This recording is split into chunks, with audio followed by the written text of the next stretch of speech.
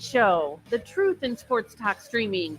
When you want unbiased opinions about your favorite team without the spin, all you have to do is find the Monty Show, streaming live and available 24 hours a day, 7 days a week on YouTube.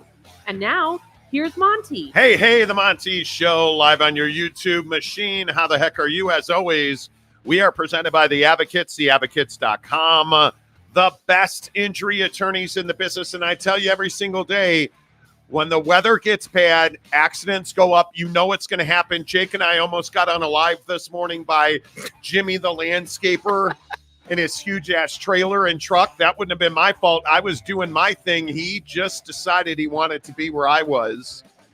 I'd have called the Advocates. If you get in an accident, if you trip and fall, if you slip on a sidewalk, if you get hit because somebody's driving too fast for conditions, please get to theadvocates.com. You can chat with an attorney live online for free. They're never going to ask you to reach in your pocket to pay them because you don't pay the Advocates unless and until they win your case at theadvocates.com. We were, before the show started, we were reliving the greatness of just the where this show was and now where it is remarkable. And the great Tanner Plummer, whose voice I'm no longer allowed to imitate or use a character of, I'm just telling you, that was a good laugh, Tanner. I appreciate that. Hello to everybody watching the show, everybody on Twitter, everybody on Twitch, Facebook, YouTube, no matter where you are. Thank you so much for being here. Please hit the thumbs up button. You guys, that really helps the channel grow. And, of course, what would this show be without a college football controversy? And the NCAA today instituted the Harbaugh Rules. And I think this is fascinating. And, listen, I think we've talked a lot about Jimmy Dad Bod God on this show. And what I find so interesting about this is Michigan still, to this day, nor Jim Harbaugh, who's done exactly the opposite of say, I'm guilty. They've never, ever admitted to their crimes.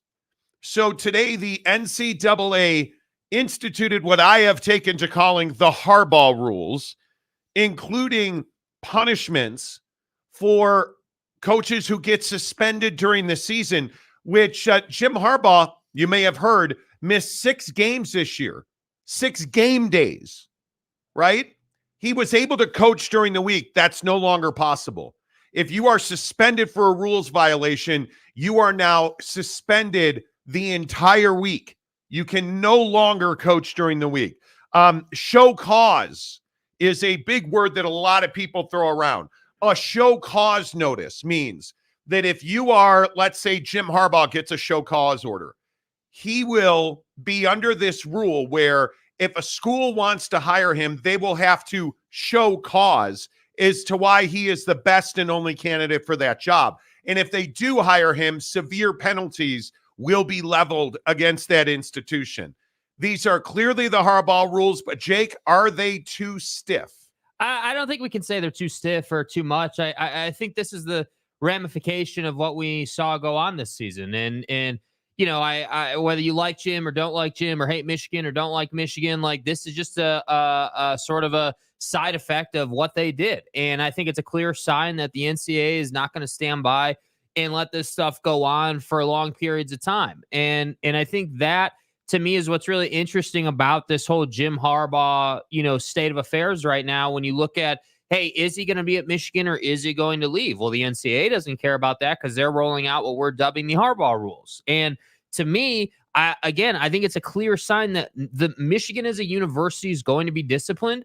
And if Harbaugh stays, he's clearly going to be disciplined, because if that wasn't the case, they wouldn't be rolling out what we're calling the Harbaugh Rules, which are clearly pointed at fixing the issues with Jim Harbaugh's discipline that happened throughout this season. So to me, I don't think they're too stiff. I think even Michigan fans agreed with us when we said, hey, like just taking him off the field on game day really doesn't hurt the program. Like it doesn't hurt Jim. Like there's really not a lot of pain there for when all you're doing is missing game day.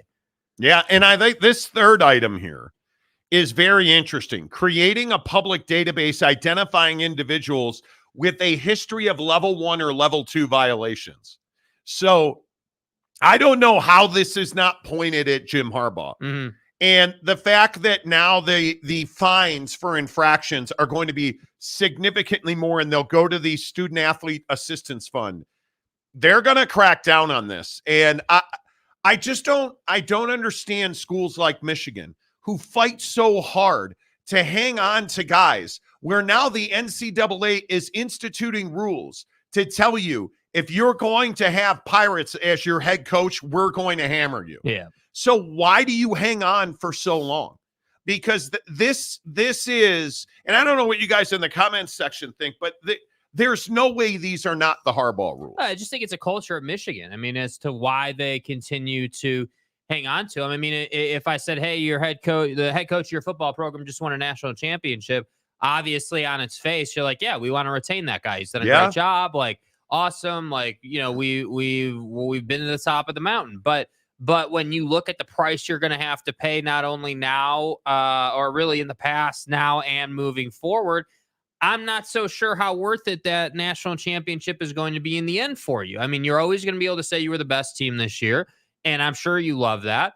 But, you know, a year from now, like, what's the state of Michigan football look like? And that's what I think is the unknown. But to that end, that's why I'm so confident Jim goes to the NFL. Why would Jim deal with the storm that is clearly coming? Like, these rules, when I saw this come down today, I was like, hey, dude, freight train's coming down the track. Might want to get out of the way. Like, that's what this says to me. The NCAA is rolling out rules clearly pointed at what went on with Jim Harbaugh and the Michigan Wolverines, which tells me, when you combine this with the fact that Michigan, you know, basically dipped out of their court date to fight this thing, tells me everything we've told you is spot on. They've got a mountain of evidence, discipline's coming, and they're laying the groundwork to discipline Michigan.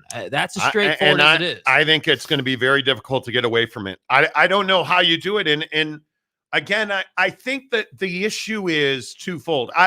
This point you keep making about, you know, that they withdrew this court fight.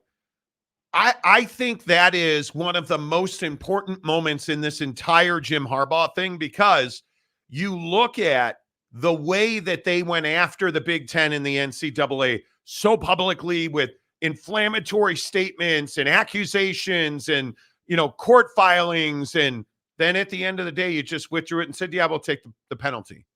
Now, they withdrew it, by the way, because the NCAA dumped a mountain more of information into the Big Ten's lap. So it was very apparent what they knew. So Jim Harbaugh the other night. Breaking news in college football. Pete Thamel, Nick Saban's retiring. So this has been a thing. This has been a thing today that a lot of people have been DMing me about. And we have been kind of waiting to hear about this. And it's actually Chris Lowe at ESPN reporting it. Pete Thamel retweeting Chris Lowe. So I am surprised by this. Very surprised that Nick Saban will go out on a losing note like this. Very surprised. Well, I think he is. And this is the thing that I think a lot of people have talked about. I don't think he views it as going out on a low.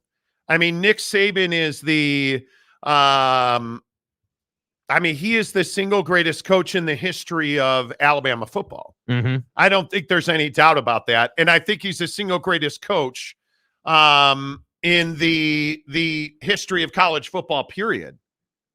I mean, is there even if you think about the college coaches of your lifetime, is there even a second one? No, I don't think so. I mean, even with what Kirby's done, he's still not matched Saban, you know, and I think you got to give Kirby a lot of credit for the dominance that he built in the Georgia program. But Nick Saban is the standard. I just don't think there's really, there's not even a legitimate second. I mean, you know, like, there have been guys like Dabo, or, you know, obviously Urban did some winning, but you look at college football, and I don't know that there's been, you know, now Jim Harbaugh, I don't know that there's been another guy that's won quite at the rate that Nick Saban did.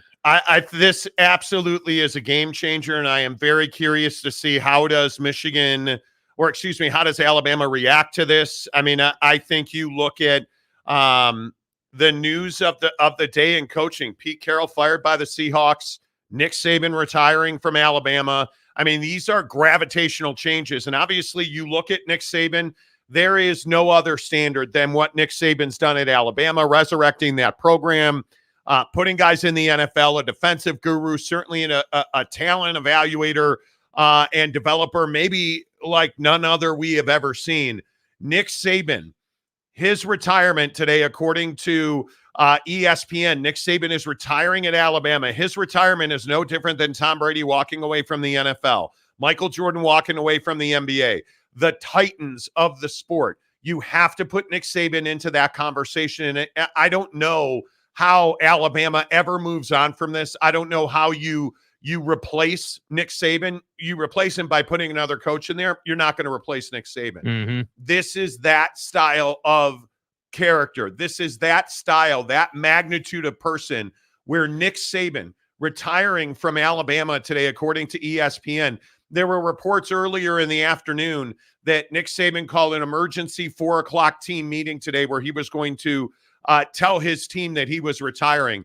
I mean, it is a shocking, shocking story because Nick Saban, as you'll remember, has so vehemently denied that he was going to retire. And when they lost to Michigan, he denied that he was going to retire. And now it's such a critical juncture in the season. Nick Saban today, according to ESPN, he has not come out on the record officially and said it, but today, Nick Saban is retiring in Alabama. Again, I don't think we'll ever see anybody like him. I really don't.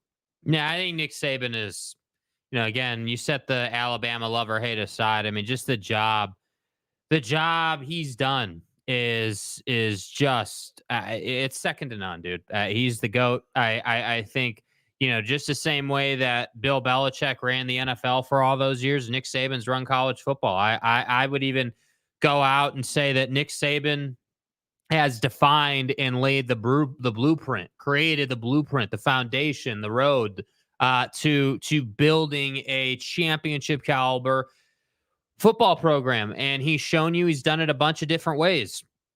Some years it's through quarterback and wide receiver. Other years it was through running the football. Other years it was through defense. And I think that's what tells you that the guy is absolutely a master of his craft, because no matter what he's got to work with, he's finding a way to be in big bowl games that have championship implications at the end of the year. So the reality is it's a huge loss. Now, I also think that in these times, instead of saying, man, we're losing an icon of sport, let's celebrate this guy. I mean, you don't, like, guys like Nick Saban don't just, fall off of trees, as they say. So it's a hell of a career.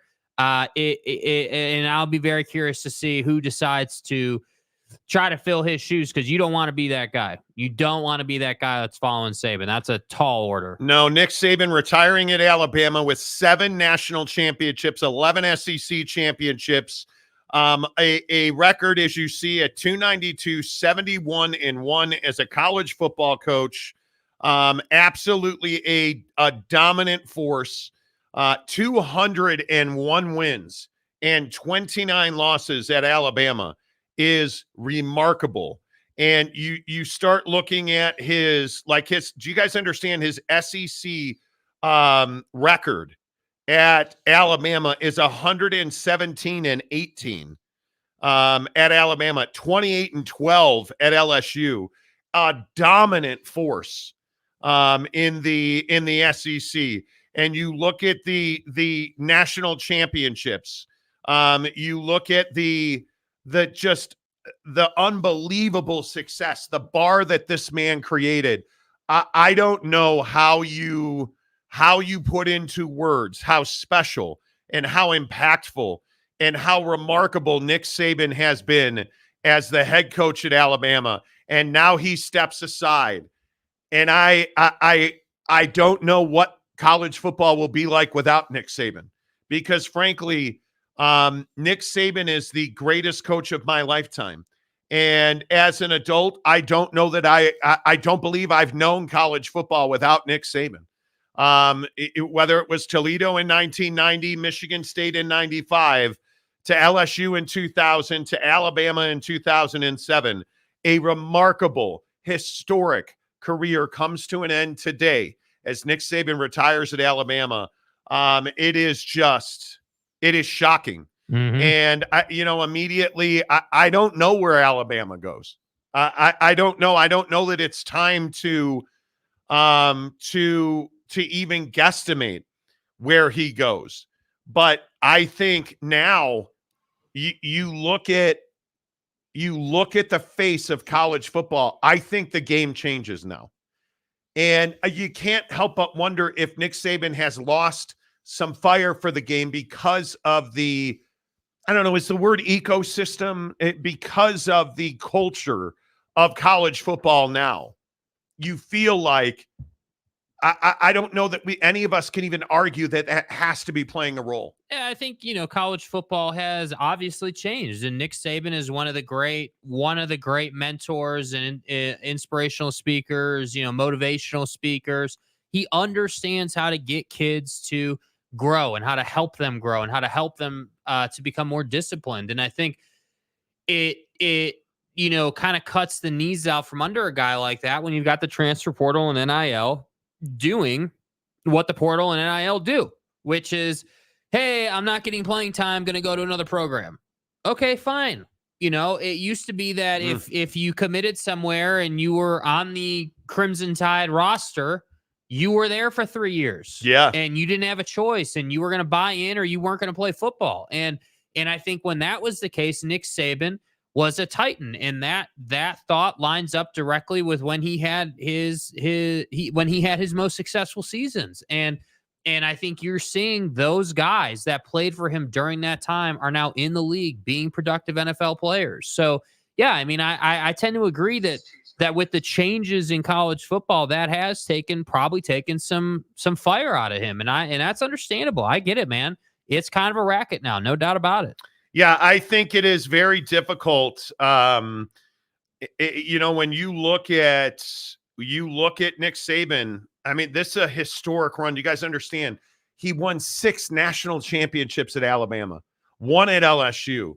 I mean, that this is over now. It is like, is this where the SEC takes a turn and goes downhill? I don't know. Like, who replaces Nick Saban? I think that is immediately the question that you have to ask.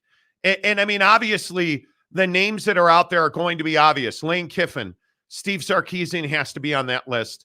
I highly doubt Kirby Smart and the guy who wants the job almost desperately is Dabo Swinney. Yes. Almost. I mean, he is going to, I would think, go hat in hand to Tuscaloosa to try and get that job. We built this program on NIL. I mean, how would he not, right? Mm-hmm. I think he is a guy, and it would be a good hire if there's a personality who can dadgum handle it. Seriously. It is Dabo Swinney. But right now, I just think that maybe it's inappropriate even to be guessing at who replaces Nick Saban. Yeah, I just think it skips the moment. It does a disservice to what Nick Saban's accomplished. I'm a big believer that when someone who is accomplished and done what Nick Saban's done in his given field and in his craft, retires or they move on from their career, like we need to again celebrate these people. I've kind of been on this thing lately where it's like, hey man, like let's not mourn the loss of someone, whether that's professionally or in life. Like, let's celebrate who they were and what they did. That's what life's about. I mean, this guy is, what is it, 6 national championships? 6 championships at Alabama, 1 at LSU. Like, come on.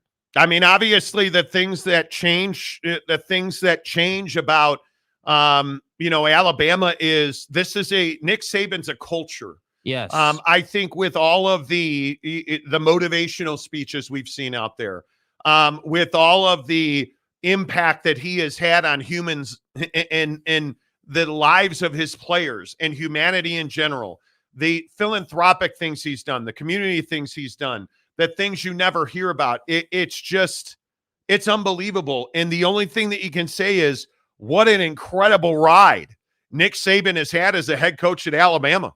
And to go from LSU to Alabama, I mean, it's nothing short of remarkable. And again, to finish 292 wins, 71 losses in a tie, and 7 national championships. I don't even know how do you best that? How do you beat that? Because I don't think anybody ever will. And I also think in today's day and age in college football, the other thing we need to say about Nick Saban is that he did not lead a scandal-ridden program. And I'm not even talking about like Michigan this year. I'm not talking about that. I'm just talking about in general in college football. Alabama under Nick Saban is a crown jewel. It is a standard of professionalism, success, discipline. Like it's the benchmark. And I think, whether that's about Alabama as a brand now or Nick Saban as a brand, however you want to look at that, like I just don't think that that's really arguable. Like it truly has been, even if you just look at it from the college football playoff standpoint. How many people did I get in the last month, screaming down my ear, God, I'm tired of Alabama. That's a testament to Nick Saban. That's a testament to all the staff he's had through the years that he's grown and developed that then went and defined college football. You understand how many dudes are out there as head coaches now that he's got his thumbprints on, man? Like, that's what I'm talking about. This is bigger than just like the SEC or, who's going to take the job next. This guy defined college football from what, 05 to now at a minimum. Like this guy was the standard. Yeah, he was. And I'm just curious who is it that replaces him? And I see the wild speculation, and the thing that I would say is you better go get somebody that is young. And this is the thing about Dabo that I think probably is a strike against him as the leading contender. If I had a head coaching opening right now, I'm probably calling Dan Lanning. I mean, that's probably my first phone call. Yep. Is to Dan Lanning. I am probably, if I'm Alabama, I think you can have just about anybody you want. But I think that person has to be young. I think that person has to be aggressive. And that feels like Dan Lanning to me. I'm not even sure that there's a second choice. I think Dan Lanning and Dabo Swinney probably are the two most prominent names that you are going to hear to replace Nick Saban. And I mean, justifiably so. I mean, if you could hire any coach, I mean, I don't know that there are better names than that. Yeah, I mean, I think, Dan Lanning's a really good one. I think because like the first thing I think about before I start considering names is I think about, okay, well, what is Alabama football now, and what are you trying to continue through Nick Saban's retirement? Well, I would think you're trying to continue the professionalism, the good image that you have, like the standard of the football program under Nick Saban. I would think you're trying to keep that standard as close to it is now with whoever you hire. And so for that to take place, you need someone who's disciplined. You need someone who is a true professional, and someone who's not a risk taker in the public eye. And so, I like Dan Lanning.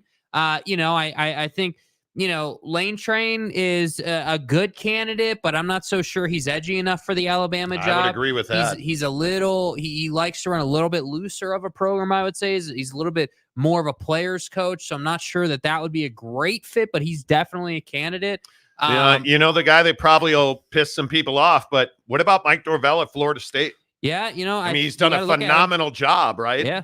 Yeah, I mean, you look at like what he's done at Florida State. Florida State was not in a great place when Mike Norvell took over, and he's brought them into a much better place. And I think he deserves a lot of credit for that. But I can tell you this, I'm not looking for, the Ryan Days of the world. I'm not looking for those guys who've shown me they can recruit but can't win at the highest level. If you've been losing Nick Saban every year, that's one thing, right? When I look at these candidates, but if you're a team or if you're a guy that struggled under an Ohio State funded program, like that level of program, I'm probably not considering you for this job. You better be pristine. Nick Saban was bowl eligible every single year of his college career. Yeah. You understand? The guy I believe there was one year at Toledo where they didn't go and they won 6 games. Every other year of his career, he went to a bowl. I mean, his record speaks for itself. I think it's an enormously important job in college football. And as we go through these conversations and we talk about the importance of the SEC, I think the thing that is so incredibly important is Alabama is important to the prosperity of college football. It is the behemoth. It is the Lakers. It is the 49ers. The New York Yankees. Pick your team. It is that caliber of program, and Nick Saban is a big reason why. But you've got to hire somebody who is young, who is aggressive, who can recruit, who can keep big talent there, who can, I think, get in the portal, get into NIL. One of the things that Nick Saban was never comfortable with was the changing economics of college football. I don't believe that he ever embraced NIL or the portal, really, for that matter. I think that's all out the window, which, again, is another strike against Dabo Swinney because he doesn't want to do NIL or embrace the portal. In God's name, image, and likeness. And I'll also tell you, you look at a guy, a damning piece of evidence against Dabo Swinney, DJ Uiagalelei, who was nothing short of a headache and a distraction at Clemson for Dabo, is now one of the better quarterbacks in college football. And I think it's awfully difficult if you are Alabama to look at Dabo and say, yeah, you're the exact guy to take us to the next level, because I don't think he is. And you know what? I think I look at Kalen DeBoer at Washington certainly would be somebody you would think of. Obviously he can recruit, but I think Dan Lanning, I think Lane Kiffin.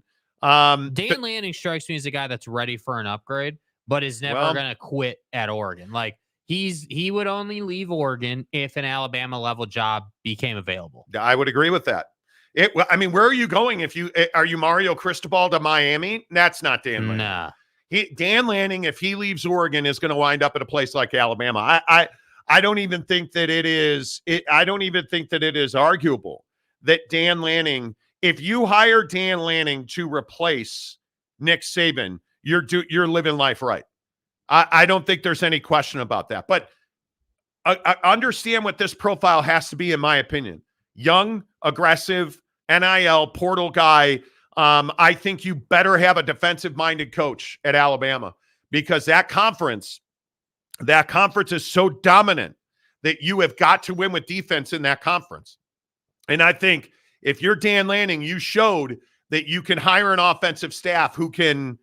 And he's very clearly a guy that knows how to recruit physical football players. Yes. So he just fits the entire billing, in my opinion. Dan Lanning would be my first choice. I think guys like Lincoln are probably out of the conversation, though. Lincoln, Lane Train, hell, even Sark is a real interesting one that I'm sure will come up in this conversation. Yeah. I'm not sure that Sark is, Sark is running a good ship at Texas, but I'm not sure that I'd want to hire Sark at Alabama to replace Nick Saban. I think, and I'm trying to think of other guys, not just in college football, if I'm Alabama, I'm looking NFL. I'm looking at guys that work in TV, college coaches. I think you also have to understand the culture in Tuscaloosa. Mm-hmm. Dan Lanning was there. He was a graduate assistant there, right? And you look at Dan's resume and you understand that he coached at Georgia and he understands the system. He understands Kirby Smart. He understands the culture at Alabama and the culture of the SEC. I think he has to be your number one. I think at Dan Lanning, the more I think about this, the more you look at it, Dan Lanning is the perfect fit at Alabama. I just don't think there is any question in my mind that he's the guy to take the reins there. Yeah. How is it not Dan Lanning? Yeah, I agree. I completely agree. I think, again, for Alabama, the biggest thing here is you got to be really responsible. And I agree with what you're saying. He's got to be a young go-getter that understands portal and NIL. Has swagger. Because that's the thing with the Alabama job. These bigger jobs, it's not just whether you can coach X's and O's. Everybody has an X's and O's philosophy on how they want to try and win a ball game. But you got to have vision. You got to have, whether you want to call it swagger, bravado, you got to have an energy about you. You got to have vision. You got to understand the responsibility. This is no different than any of the other iconic head coaching jobs in college football. Alabama's on that list. And so for Alabama, yeah, Dan Lanning probably is the perfect fit. Now, whether Dan would leave Oregon to take the Alabama job, I think he would. But whether he would or not, that's what I think your bigger challenge is for him, because he's just gone on the record this season and said, hey, yeah, I'm not looking at anything else right now. I'm really happy here. Like, we've got, my family loves it. Like, we're good. And the funny thing about Dan Lanning is, when he got hired, I think we all wondered how long would it be before he jumped to the SEC. I mean, that was the conversation around him because of his ties to Alabama and Georgia, obviously. Mm-hmm. But this is the next logical progression in his career. And this is the biggest issue for Oregon and programs like Oregon. Oregon's not a destination.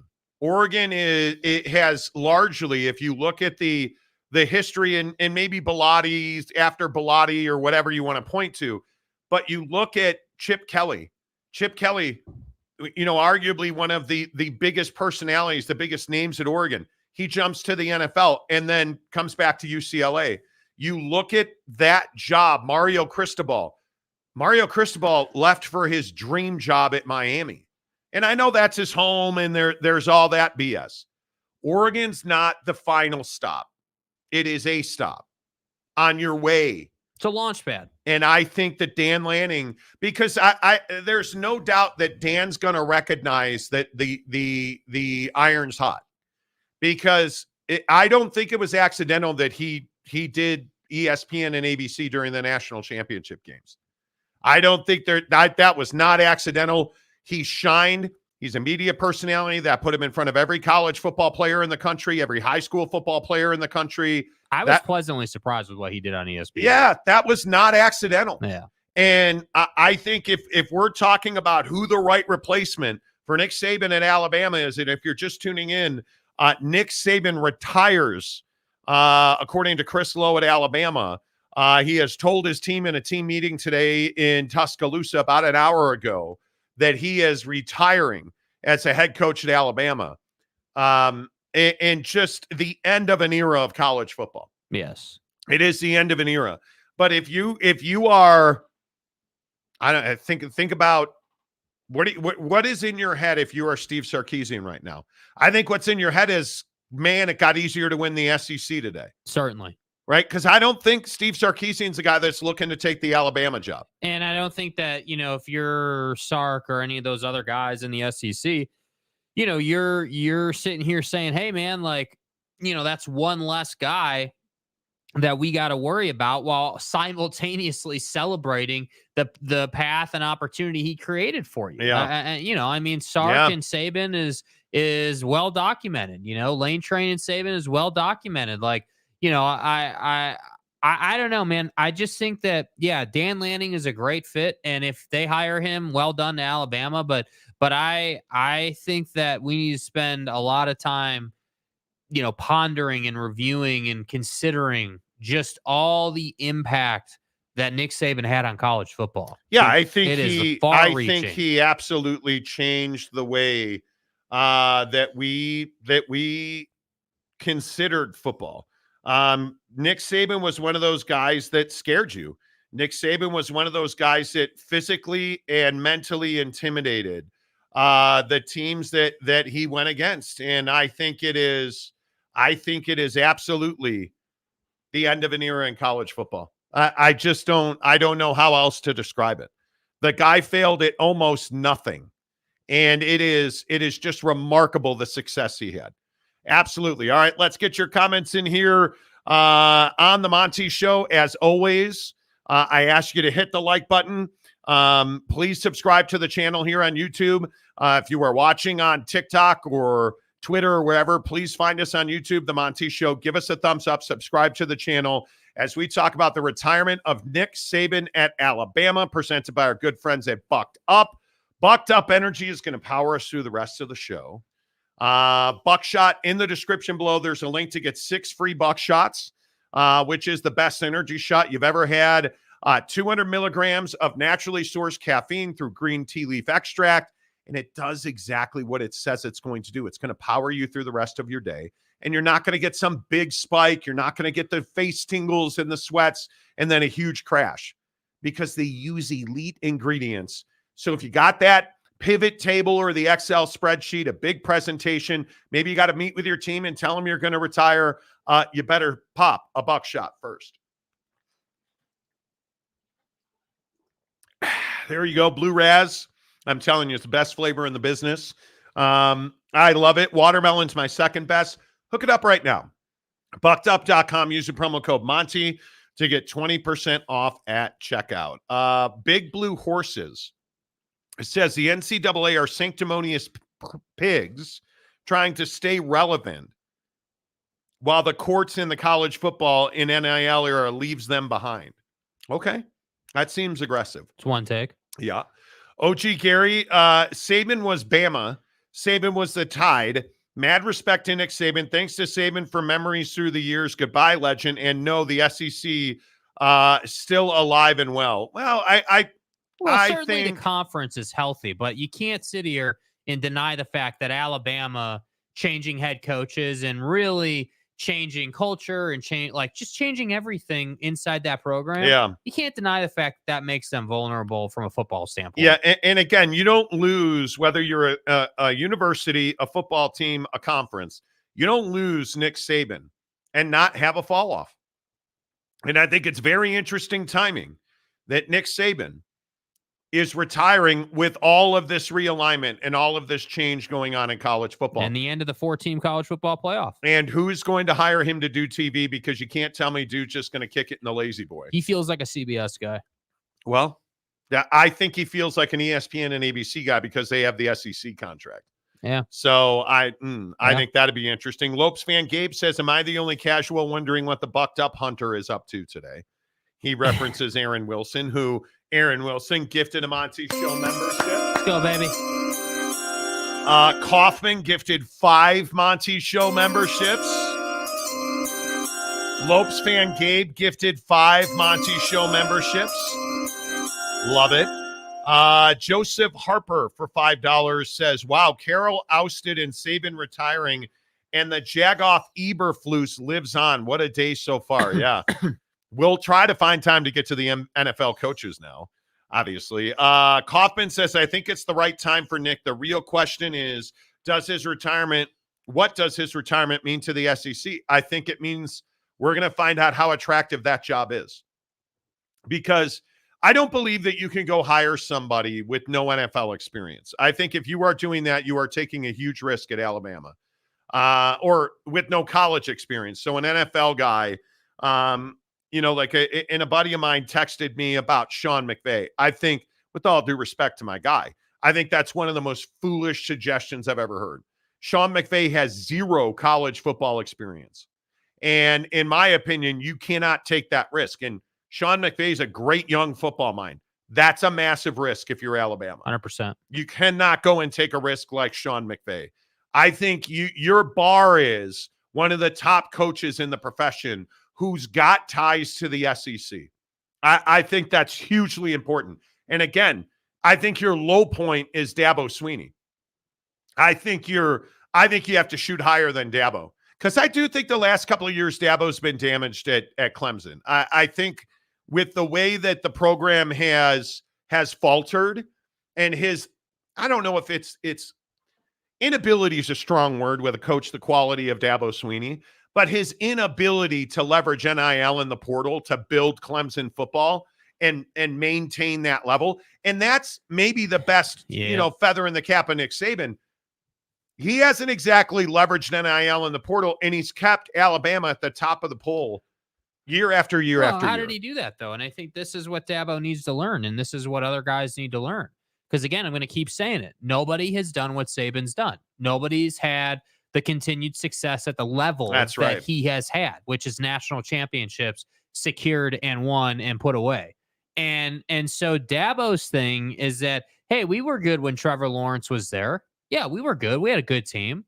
But the problem for Dabo is you're playing in the ACC, not the SEC, right? So you're playing in a conference, with all due respect, that is one of the weaker conferences in college football from an on-the-field perspective, and you can't even make the college football playoff consistently, let alone compete for a natty. 70% of the time. Do you understand the stability that, I mean, there have been 54 coaches hired and fired in the SEC since Nick Saban took his job. 54. That's unbelievable. Unbelievable. And again, I think the TV thing's really interesting because you're going into a new contract with the just about every conference in the country has a new TV deal. Mm-hmm. And Nick Saban's leaving the SEC after the final year at CBS. If you're ESPN and ABC, you got to go hire him. I agree. Right? He's already on Pat McAfee's show every Thursday. Mm-hmm. And I'm hoping he'll be on tomorrow because I think it's absolutely must. You've got to hear from him. He's got to do a presser now. Like I just don't see any way that you don't. Yeah, I think that I guess maybe this is my tip of the cap to Nick Saban. I would expect him to. Nick has never been a guy that's dodged the media. Nick has always been a controller of the media, meaning he does all his availability. He knows how to handle the media. Yep. So I would, and again, I'd like to point out too, Nick Saban, in my opinion, has done this the right way as well. He's just come out of the blue with it, which I'm a big fan of. Hey, like, I know I'm Nick Saban. I know that I'm a big deal in the college football world. So I'm not going to do some like reunion tour for the season and distract my players and stuff. I'm going to, after the year's over, I'm going to make it about me for a 3-day period, and then we're going to move along and everyone can keep college footballing. And I appreciate that about him. Yeah, I mean, just a massive day of news as Nick Saban retires as a head coach at Alabama. And, just the repercussions and the ripple effect that this is having across the sports world tells you what his impact is. And we want you guys to react with us. Please hit the like button on YouTube. Give us a comment. Who do you think should replace him? What do you remember about Nick Saban? The press conferences are amazing. Yes. That the halftime interviews. Obviously the wins and the losses, the Iron Bowl, just the BCS national championships, the intimidation factor. Those are all the things when you say to me, hey, what do you remember about Nick Saban? I remember I think I've only interviewed him 3-4 times. I remember being nervous the first time I interviewed him at Sporting News Radio, filling in for the great Tim Brando on his show. It was amazing. The guy just does everything that needs to be done, has an answer for every question you ask him. I say this now, as I said about Tom Brady, the day that Kobe died, Michael Jordan's retirement, Tiger Woods. I say this about all these guys. I hope that we have the ability to enjoy these guys while it's happening. I hope we have the ability to enjoy, who's the best quarterback in the NFL? The Patrick Mahomes of the world. I hope we have the ability right now to understand what we're watching with LeBron James and the Lakers, what we are watching with, Shohei Ohtani and the Dodgers this coming season. Like, take the time to understand how special Nick Saban is and was and forever will be. And we don't, because we don't live in the moment in this world, but we have to in sports, because car accidents take Tiger Woods from us. Helicopter accidents take Kobe Bryant from us. Nick Saban up and retires. Like, you just have to appreciate it while it is in front of you. And I hope that people do. I hope we understand how special national championship games are, how special, the moments that we are so fortunate to have in sports are. Think about that last championship between Bill and Tom. I mean, if you're Bill Belichick today, you're looking at Nick Saban retiring, and you can't tell me you're not thinking about it. Can't tell me that it's not, at least somewhat on your mind. Or maybe, you have to be. I mean, you're considering all your options if you're Bill, and obviously, Bill and Bob Kraft are going to talk and all that's going down, but I think the Bill Belichick thing is very similar to what Nick Saban did in college football. I mean, again, say what you want about Bill Belichick. There's that contingent of people who say it was Tom, not Bill. I'm not really here for that. Like, look, the guy's got 7 championships for a reason, and I think that we need to put respect on these guys' name. And so I hope that guys like Bill Belichick or, whoever you want to point to are remembered the way Nick Saban's going to be remembered, because that is the other thing I can say about Nick. There's no question how Nick Saban will be remembered. He will be remembered Absolutely as the best college football coach to ever do it. In my opinion, you may have a different one, but my opinion is he's the best to ever do it. He's certainly the best college football coach I've ever seen in my lifetime. The impact he has with young kids, 20-year-olds, is truly incredible to me. I mean, you think about how different the world is even 10 years ago when I was 20 is truly incredible how different the world is now. And so I look at this and I say, hey, give Nick Saban respect for everything he's done, not just the wins, not just the numbers, but just the impact, man. And it's funny, a friend of mine in the business is texting me, a source that we talk to often is texting me and telling me that this was the plan either very early in the year or before the year started. This is not a surprise to the University of Alabama. That according to what our sources are telling us, Nick Saban and Alabama were on the same page that this was going to be his final year. So there have been plans in place. And another source texting me, Dan Lanning's absolutely the guy at Alabama.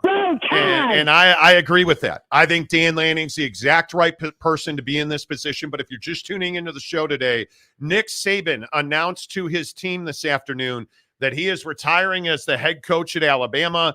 Nick Saban departs the Crimson Tide with a career coaching record of 292, 71-1, and he has won 7 national championships. It is the end of an era in college football. It is the end of an era at Alabama, and we want your reaction on the show today. Hit us in the comment section if you're watching on Twitter, Instagram, TikTok. Make sure you get to YouTube, find the Monty Show, give us a thumbs up, and subscribe. Delaric says, I don't want to be the guy after Saban. I want to be the guy after him, because if you don't pick up where he left off, it's a short-time job. But see, I don't disagree with that by any stretch. But that's why you can't hire Dabo Swinney. That's why you can't hire... You can't hire a flameout, dude. You can't hire a Sean McVay and take a risk like that. Yeah. With all my guy who texted me. With you can't take a risk.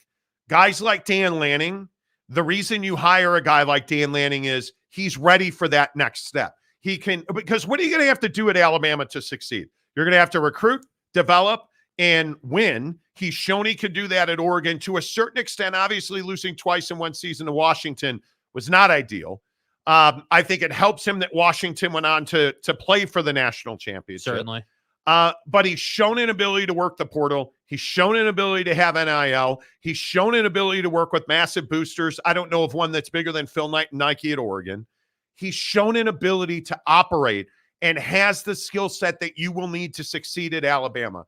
I think that almost immediately is what you have to consider at Alabama. Now, we also know that Alabama has been aware of this. According to our sources, Alabama has been aware of this for some time. So this is not a shock. This is not a surprise. I have to believe that Alabama has a plan in place. I have to think as well, and we could get excited about the Dan Lannings, the Dabo Sweeneys, the Lane Kiffins. They must have internal candidates. I have to believe that there are people in that program that will get an opportunity to take that job. I have to believe. I cannot believe that they would simply have Nick Saban and then go interview exterior candidates. I'd be surprised if there were not one or two guys in that program that are bucking for that gig as well. Well, and if it's truly a thing, where Alabama and Nick Saban are on the same page, for this season, this was the plan. You can't tell me that there weren't discussions about, hey, like, who internally would you recommend? Who, is there someone that you feel like could fill your shoes? And I don't know, I tend to agree. There's probably a couple people in that program that can handle it. But I also think that if you're a staffer under Nick Saban, we have no idea who you are. We don't know who you are. I would agree. One Mike gives us $2 to ask, what about Urban Meyer? Come on, man. Come on. First of all, does Pervin Liar want to come out of retirement to go take the job at Alabama? If you're Alabama, Do you even have, or do you have a desire to want his phone number? Nope. You do not. I think Urban Meyer, obviously with the his time at Florida, his results are not in question. His methodology is in question. And at Alabama, I think you're coming out of a guy who called out his own basketball coach and said there are no wrong place at the wrong time. Like, he called out ethics of other coaches at Alabama. You're really going to hire Pervin Liar to come in with his blonde friends at sports bars and replace a guy the ethical quality of Nick Saban? Nah, I don't think you're doing that. No, not a chance. I don't see any way you're doing that.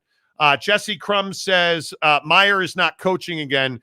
Jacksonville psychologically ruined him. Well, I don't know about that. I don't know about that, but I think that's, I think that Urban Meyer is not the guy. And Greg Hawkins has been listing off every name in the book. Like, I don't know what. I guess we're trying to be funny with replacements, but okay. John DeLon, Urban Meyer is busy being cringy on Fox pregame, and it's not great. It's not great at all, right? Like, Urban Meyer, I would never even consider it. Boyd Lake, how are you? Tanner Plummer, Andy's in Salt Lake tonight. Scott, who's in Salt Lake tonight? What did I miss? Scott of Greywater Watch. With all due respect, Joker is the best NBA player in the league.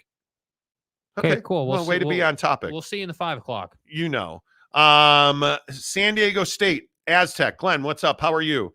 What's that line? Oh, it's a high watermark made by Nick Saban. Yes. Right? I mean, how do you even compete with what Saban has done? I think it's truly a thing where, like, and let's just use Dan Lanning as an example, because I agree he's a great fit.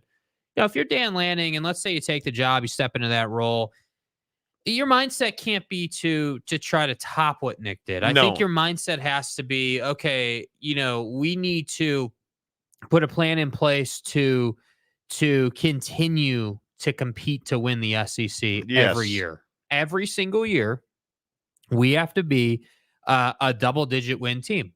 That's the standard. If you're a 9-win team at Alabama, you've let down Alabama filling in for Nick Saban. You 100%. need to be a 12, 13-win team at Alabama, no doubt about it. I'm just gonna ride the wave on Dan Lanning. And Pete Thamel's tweeting Dan Lanning's buyout is $20 million.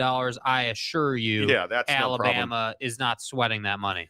I mean, I wonder. I don't know. I haven't seen Pete's tweets. Kalen DeBoer is 12. Dabo Sweeney $7.5 million. James, is Alabama hiring James Franklin? Not a chance.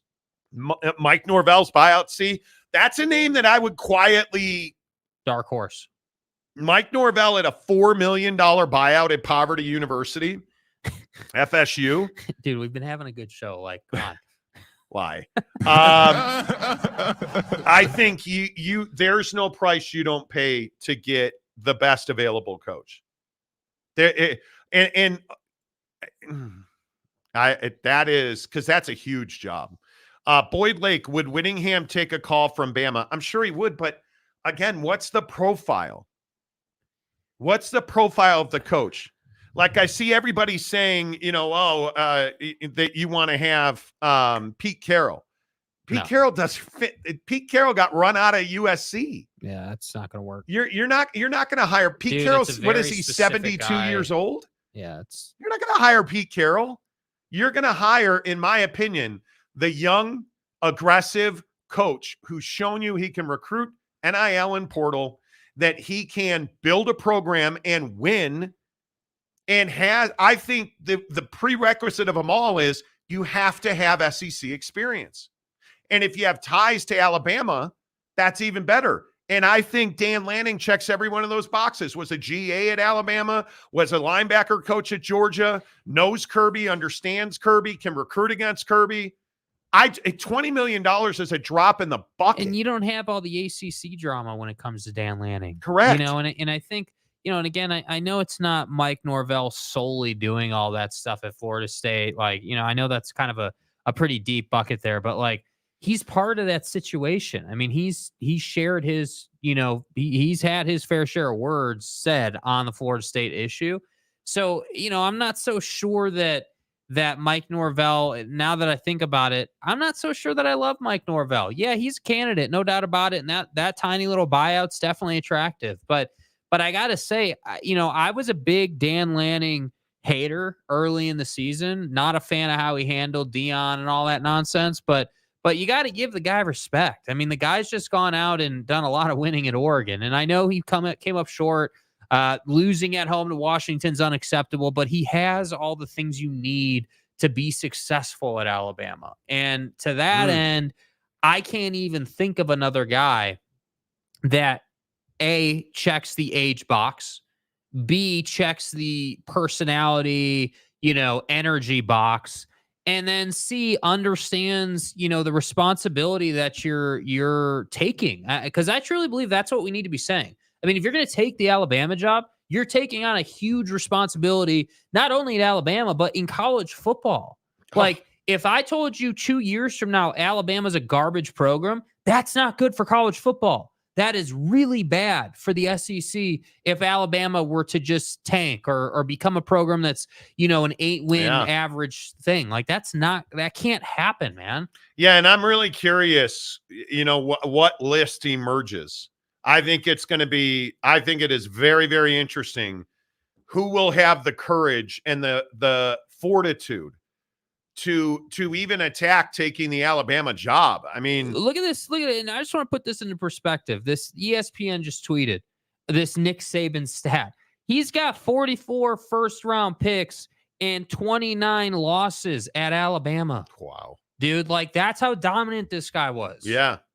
I think it is not the job for everybody. I really don't. Eric Wasikowski from Plymouth Canton. Yeah. To put it in perspective, I hated watching Jimmy Johnson win 6 straight. But as time went on, I started to appreciate what he has done in his own sport. How can you not? Right. I mean, if that's an excellent comparison. I think that's exactly right. Wayne Gretzky, Tom Brady. You look at Kobe and Shaq, you look at Michael Jordan, you look at the Celtics, you look at the titans of their sport. You don't have to like them, but you better learn to love them because they're the best in the business. Bron and D-Wade in Miami, dude. And you respect them. Yeah. And fear absolutely plays a role in respect, right? Like, I just think that's what we're talking about with Nick Saban. And I can only lobby for so long to like the idea that Nick Saban retired today and most people took for granted Alabama versus Michigan a couple of weeks ago. It's the last game we ever saw Nick Saban coach. It's over. Nick Saban's done coaching in Alabama. Let that sink in. So tonight, what I would tell you is find your athlete. If you're an NBA fan, or hell, if you're Big Daddy Magic, go slurp yourself some Wembanyama tonight, right? Like, there's the way. Find your guy, find your team, appreciate it, because it is, I think, athletic ability and coaching ability is just so fleeting. Yeah, it is just so fleeting.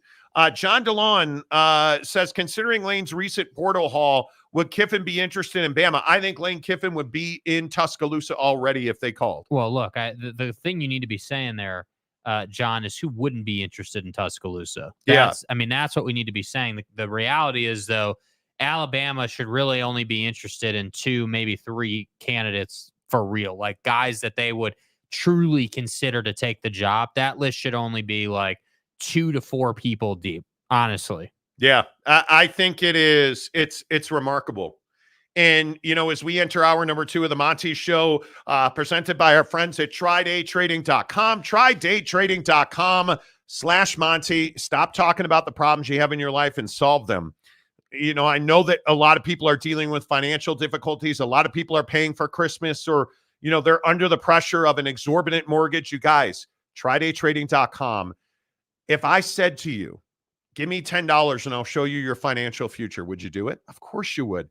That's what Tri-Day Trading's about. You make a $10 charitable donation, and Tri-Day Trading's going to give you their entire program for 30 days, absolutely free, with no obligation after the 30 days.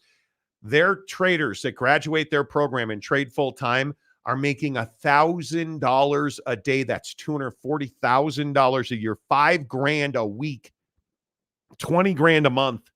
How would that money help you? Get it done today, trydaytrading.com, as we talk about the breaking news that Nick Saban is retiring today. He met with his team, and he has told them he is retiring, and he will retire as the all-time wins leader at 200 wins in Division I. 292, 71-1. Just an incredible career. And I don't know that you ever replace a guy like that. I just, Sean Rollins, it's absolutely unmatched, the success that Nick Saban has. I mean, the guy he is the gold standard. Yeah. Alex Reyes says Lanning and Dabo, that's it. You might be right. Because I just don't think if you're Alabama, why are you going to settle for anything but the best guy? You wouldn't. You're absolutely calling Kirby. You're absolutely calling, I think, Dan Lanning. And if you're just tuning in, I see a bunch of new people on the show. The reason that you're going after Dan Lanning, his ties to Alabama, he was a graduate assistant, and he coached linebackers at Georgia. The guy gets it. The guy grew up in Missouri. The guy gets it. He's a defensive guy. The guy gets it. And I think very different from the NFL. You look at the coaches that are having the success. They have look at Michigan, dominant defense. You've got to be able to play dominant physical defense in college football to win, because offenses are so just unbelievable today. The best coaches, the Kirby Smarts of the world, have dominant defenses. Dan Lanning gives you that. He absolutely gives you that. I think I would agree with that. Mr. Downtown, will Bill O'Brien come back to Bama and take the job? He already has done this at Penn State. I don't think he's good enough. I don't think he meets the bar of success. Brilliant football mind, but I don't think that he's enough personality, enough swagger, enough prestige. Like, I'm telling you, like, I'm sitting here, pondering Dan Lanning. And, the other thing that comes to mind about Dan, you put the numbers aside, like, this guy understands how to motivate his team and how to sit in front of people and talk to them and control the conversation. And I'm telling you, that is incredibly valuable in college football nowadays. How many times do we watch a head coach stand up on the dais and lose his mind in front of the media? I don't see Dan Lanning doing that. I didn't see Nick Saban doing that. I don't see any of the best in their given profession doing that. And I know it's the media, but I really think it defines like who you are. Like, you think about, the Raptors head coach losing his mind last night over that Anthony Davis flop. Like, you would never see guys like Nick Saban and Dan Lanning, do that. And I'm telling you, it matters. So yeah, if you're Alabama, it's the best of the best, the cream of the crop. Like, I'm talking about, okay, we've got 10 candidates that are like the best of the best. Who's the best of those guys? Like, that's what Alabama's doing. Yeah, it's remarkable. It's absolutely remarkable. Big Blue Horses, Saban is on the same level as Wooden, Coach K, and Summit. No doubt about it. No question. No. Look at Duke after Coach K. You're not the same. And I'm telling you, Alabama's looking at a reality like that. I do think, however, there are guys that can do better for Alabama than the guys that have done for Duke. And I think Duke was a much bigger force in college basketball with Coach K than they've been. And I hope that Alabama, if Alabama can just be 80% of what they were under Nick Saban, they're going to be in a great place. Yeah, totally agree. Boston Mapes, I'm sure with the knowledge of Nick's decisions, they are already in communication with the 3 finalists and possibly even one. I have to believe so. Well, and I think to that end, the other part of this conversation is you don't have a lot of time. When we talk about the transfer portal and NIL, like, you don't have months to do this. You've got days.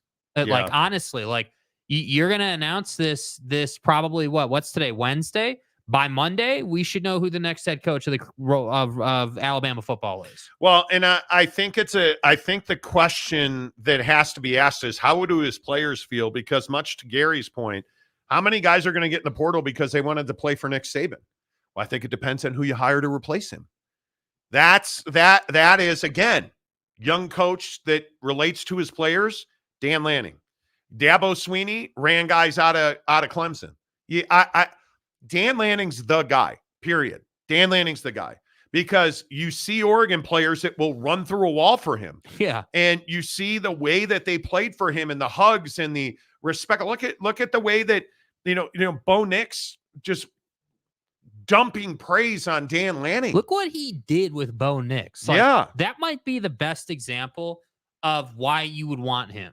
Like, look at the job that Nick Saban had to do with Jalen Milroe this year. You tell me Dan Lanning couldn't develop at that same type of rate, that Dan Lanning couldn't do something similar like that? Like, I'm telling you, like, we're not even Oregon fans. This really isn't even about Oregon. It's about Dan's ties to Tuscaloosa and his experience, and he was a graduate assistant. Like, he's got connections there. So, I don't know. I think Alabama needs to do right by Nick and honor him and do everything they need to do, then get on with hiring somebody. Yep. Xantos says, all jokes aside, plenty of good moments watching Alabama under Saban. Given Saban's timing, I'm surprised it wasn't Belichick, who also retired today.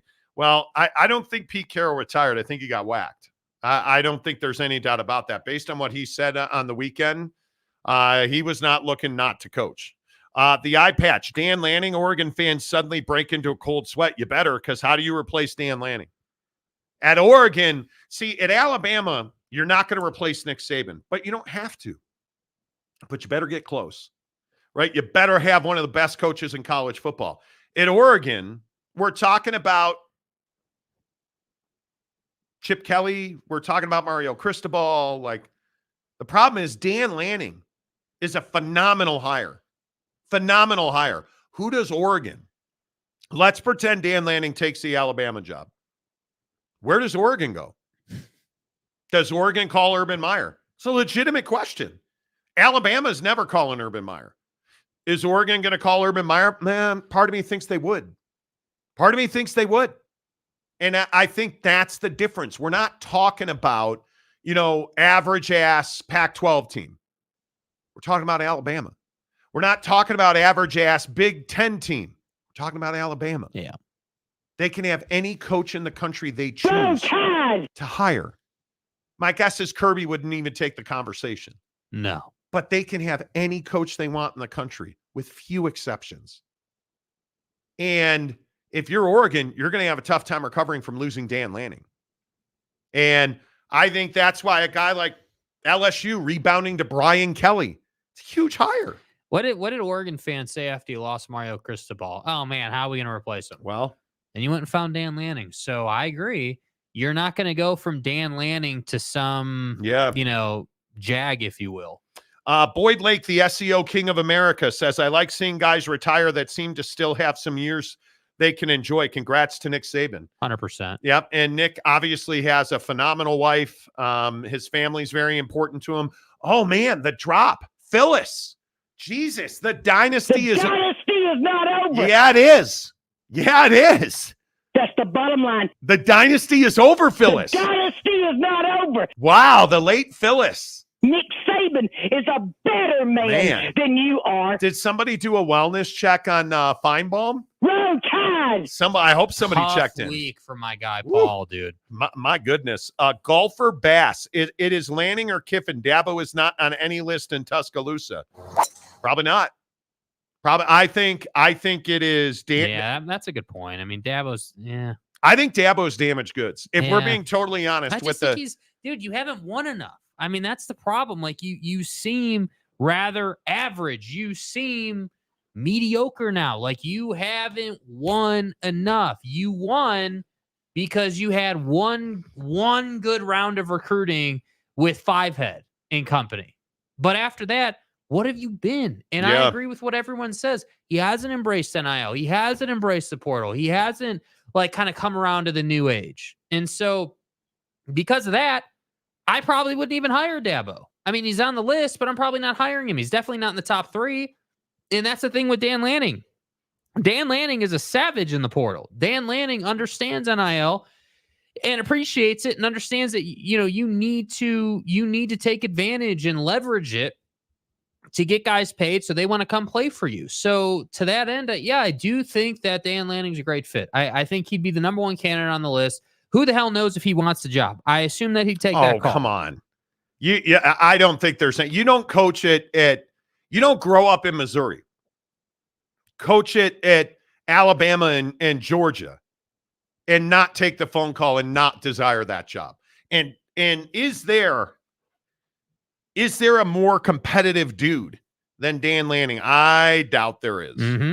I doubt there is. I think this is woo. I mean, look, Dan Lanning is perfect in a lot of ways, right? The age, the ties, what he's built at Oregon. Like, he's shown you what he can do at Oregon. Now, the question's going to be, what if Dan Lanning is rocking the Crimson Tide pullover on game day? What does that roster look like? Because I think that's the thing that when we talk about replacing a guy like Nick Saban, if you're a player in college football that's capable of playing at a program the level of Alabama, like, you want to go and play for Saban just on the legendary status of who Nick Saban is. Totally agree. Like, it's not like necessarily the SEC or like the fact that you'll win a natty or potentially win a natty with Nick. It's like, hey, dude, that's Nick Saban. Like, there's so much that I can learn, and I can get way better playing for him just on an individual level that I would want to play for him. So the question really is, whoever replaces Nick Saban, can they embody that type of logic and be that guy? And I think Dan's capable of that.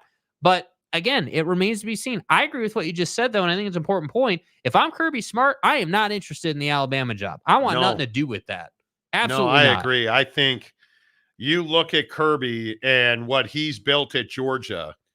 I mean, to be 13-1 is unbelievable. Mm-hmm. So I know I would absolutely agree with that. Tanner Plummer, didn't Bama have 3-4 losses last year? No, try 2. Alabama had, I think, 2 losses, right? Alabama finished the year 12-2. And their losses were Texas and the eventual national champion Michigan Wolverines. Just want to point out that that's a bad season for Nick Saban. Yeah. Seriously. Like, 12 wins is a bad year for Nick Saban. Just want to point that out. And I would also, again, remind you, he was the number 2 defense in the SEC.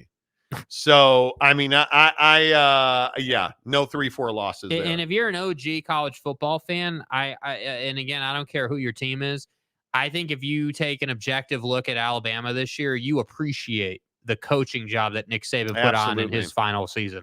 Yep. The Flicks capacitor. Not the first time Saban bailed on a team in the middle of the night. He bailed on Alabama in the middle of the night. Next comment. Come on, man. Be better. Mr. Downtown, Jimbo Fisher? Absolutely not. Boston Mapes, portal is closed now.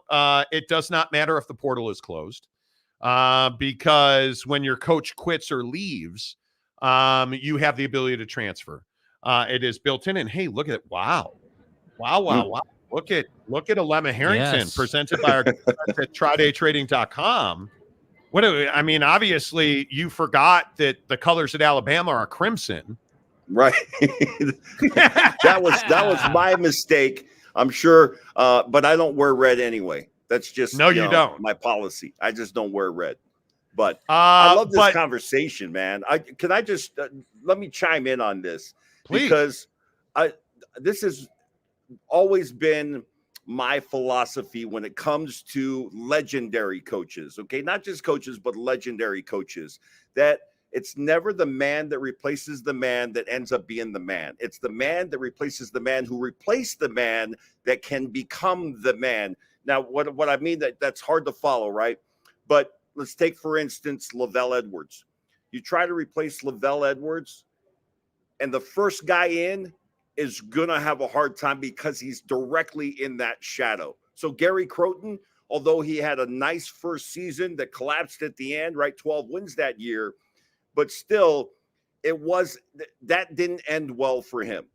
And so it was the man that replaced the man who replaces the man, meaning Bronco Mendenhall, that comes in and then becomes the next guy. So very few exceptions to this rule. Certainly Kyle Whittingham would kind of be in that category, except that Urban Meyer was only at Utah for 2 years. And now he accomplished great things, so he becomes legendary in that regard. But I really think it's hard for anybody, and the names that you're mentioning, these are high-powered coaches coming in. I think even those guys might hesitate a little because of the mantle that you have to come in and try to negotiate and navigate. It's just, it's a challenge to be that guy. And even for Michigan replacing Bo Schembechler, I mean, you can go down the list of these great coaches. It's rarely, if ever, the guy that replaces the legend that ends up carrying on that tradition. It's usually one or two coaches removed before you're able to come in and really have success. That's just been my observation, and it's not scientific, so I'm sure somebody can pull that thing up. But generally speaking, I think that is the case. First of all, Gary Croton, I believe, was victimized by the bib uniforms at BYU. So that was not Gary's fault. Now, the other stuff, he may have fractured a rule or two or sprained. Hey, but I would also say when you think about, you don't replace Lavelle Edwards at BYU. You don't replace Nick Saban at Alabama. Because, and I think you're one of the guys, I mean, you played the game. Obviously, you're around youth football now. Like, you know football better than just about anybody.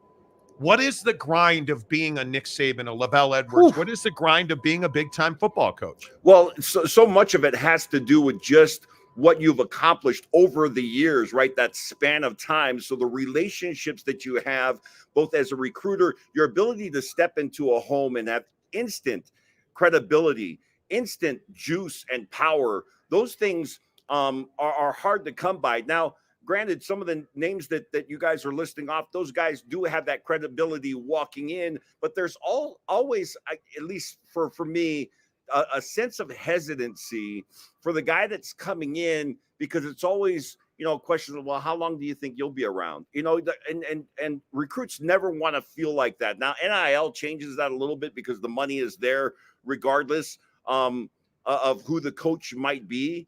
But for the legendary coach, like if you have a statue or you have a field named after you, then you're in a certain category, right? And Lavelle, along with Saban, are in that category. So those guys are more difficult to replace because it's almost not even a real tangible human being. That you're replacing a statue.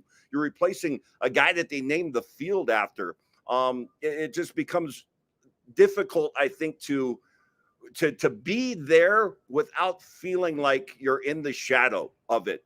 And it again, so it takes a couple of coaches removed from the legend before another guy comes in and doesn't, change the culture, but is able to develop his own culture and his own stamp on a program. And that's so much harder said than done. Do you think and maybe let me ask you about Lavelle. Do you think you appreciated Lavelle Edwards in real time for how special and unique he was? I can speak for myself in that regard and say yes.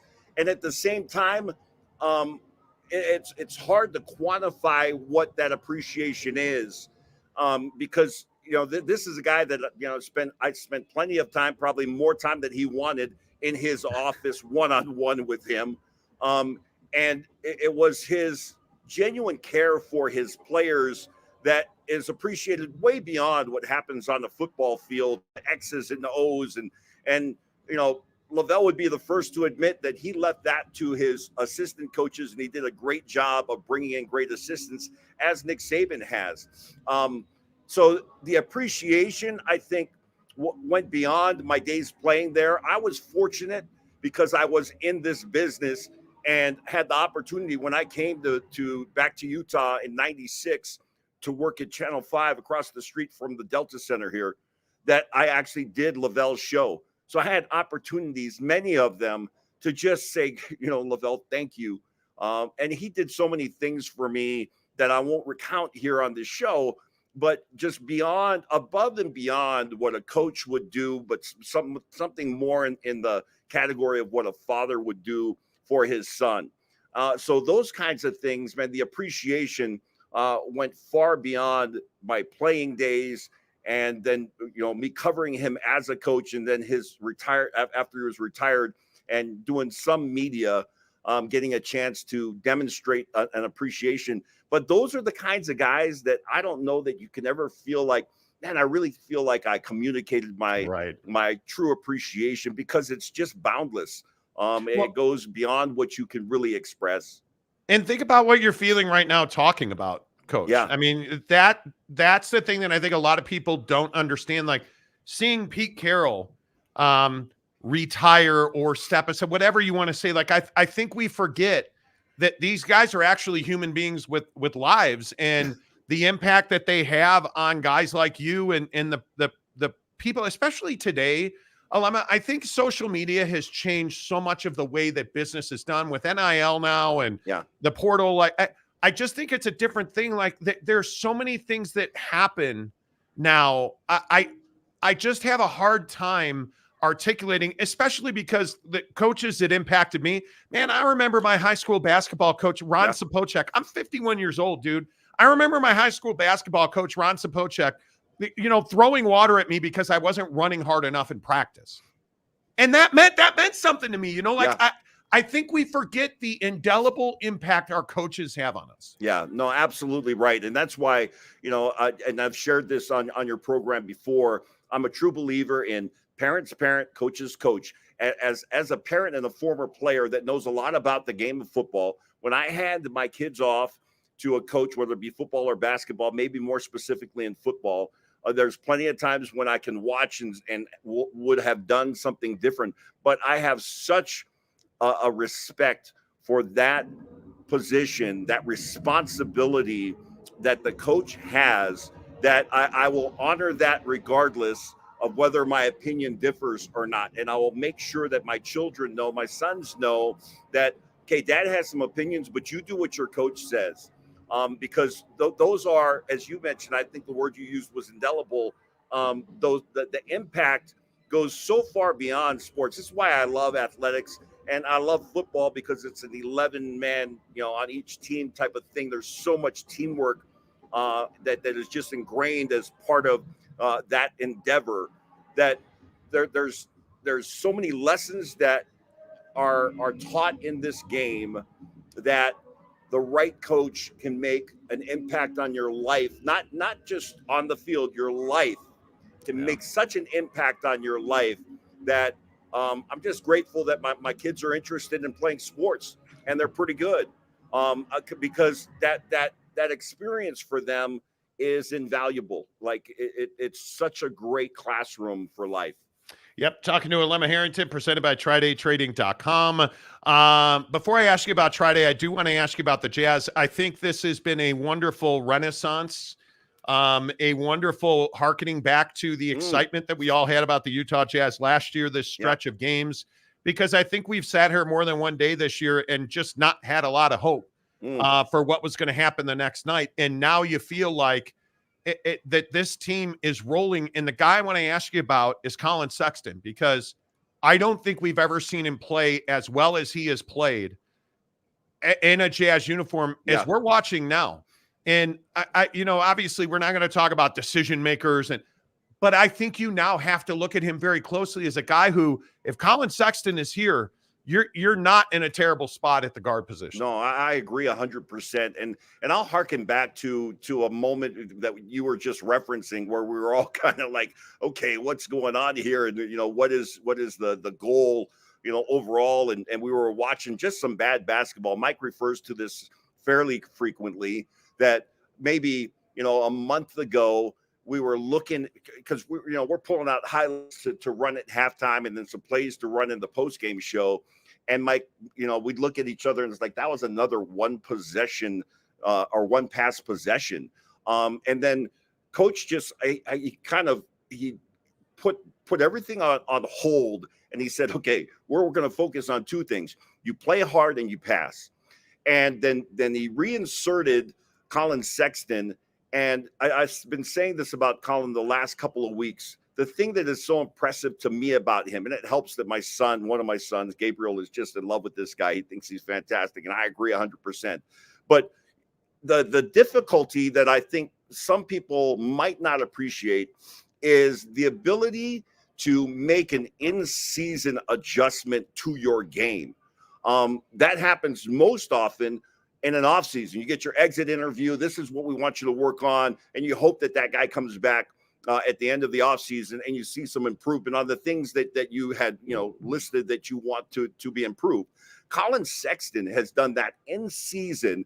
And I made the reference. I feel like we're getting the Colin Sexton that we ended up, acquiring from Cleveland, which was a guy that was, scoring 23 points. Now, he doesn't need to score 23 points for him to have an impact on the game. And that's the beauty of it. That's the in-season adjustment that we've seen from him, to slow it down and not be 100% committed when I'm driving that I'm going to shoot. His eyes are starting to, the peripheral vision is growing, and he's able to see other people and be able to facilitate. And it's just been a beautiful thing to watch. But we put together some windicators for Colin Sexton and things that when he does this, right, the Jazz have a good chance of winning. And it has to do with points. It has to do with minutes. When he plays 24 or more minutes, the Jazz have a really good chance of winning. When he scores 20-plus points, they have a really good chance of winning. And when he does, 3 of the things that are in this category, the Jazz are 7-0 undefeated. That's the kind of impact that he's having on the game. And I think that was his ambition going in. We talked to him before the season started, man. He was just hungry. And I think early on that hunger manifested itself in a little bit of out of control play. And now what we're seeing is a guy that the game has, this is, a quote you hear all the game has slowed down, but it has. Yeah. And he, a guy that is just known for his aggressive attacking, he has slowed down, and it's benefiting the team in a dramatic way. Hey, real quick, are you surprised? Understandably, I'm a Walker Kessler guy. Yeah, but watching this team, they're a really good offensive team, comparatively speaking, with John Collins on the floor.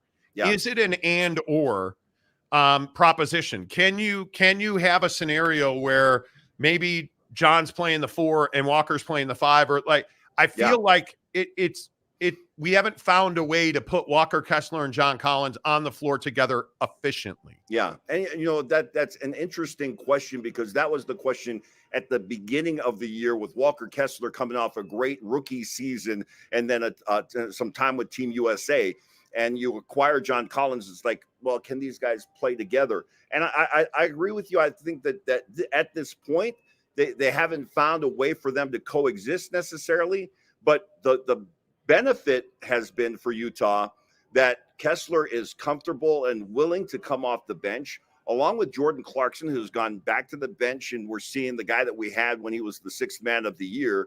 But you have a powerful bench right now, Kelly Olynyk being kind of the facilitator in that group off the bench as well, and Ochai might be playing well. When these things happen, you look at the Jazz, our bench production is as good as anybody in the NBA when you're talking about percentage of points that come from your bench.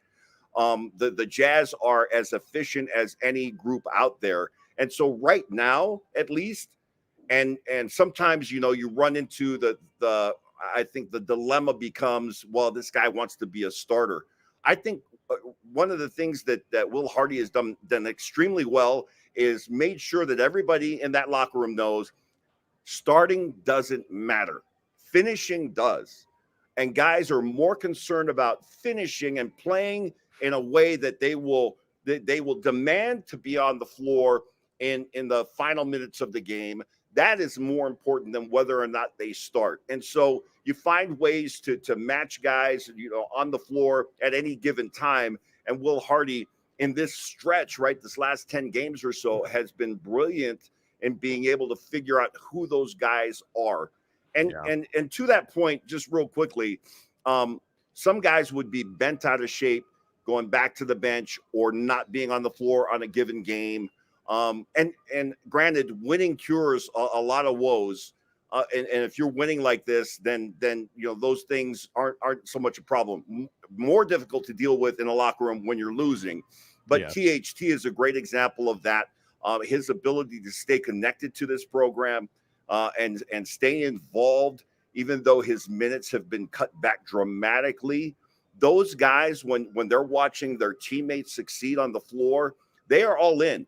And I can tell you from as close as I've been to this team that's authentic and genuine. And that's hard to find in a professional sports franchise. Yep, totally agree. And I think, when we talk about It's not how you start, it's how you finish. TryDayTrading.com is exactly the same proposition because that's all I had really to transition. Oh, that was great transition, man.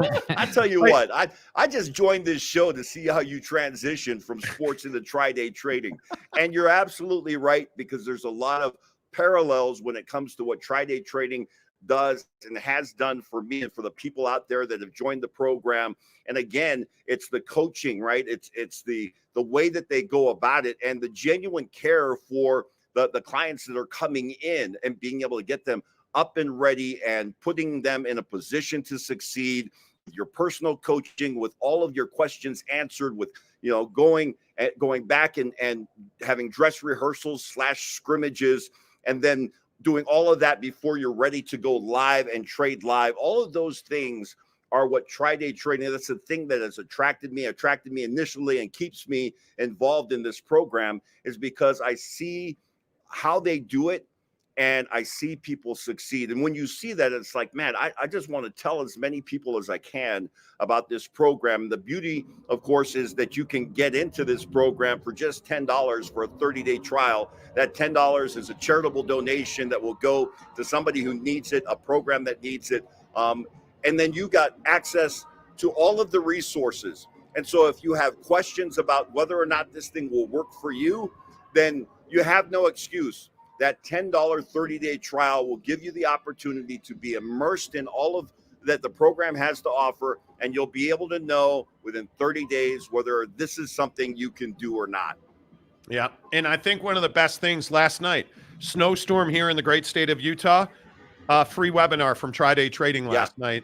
Mrs. Monty and I were watching that webinar, like the ongoing education, the support, the community. And I think, Alema, that's one of the bigger things, the community of traders and participants and the people in the program and graduated, the coaches. Like there's this great community that supports you and helps you, because it can be humbling when you first get into it. Like you have to learn and you have to grow and develop, but the community at Tri-Day Trading is phenomenal. Yeah. And again, back to this idea or this point that I commonly try to make, which is that they are invested in your success because they are going to fund your account. Some people are saying, well, I don't know if I have the kind of, some disposable income that I can put in the account and I can trade that money. Don't worry about that. They are going to get you up and running. And as they watch you succeed, they will continue to feed that account and you will trade using their money, keep up to 80% of the profits. Now they're still getting a share of that. So they want you to succeed.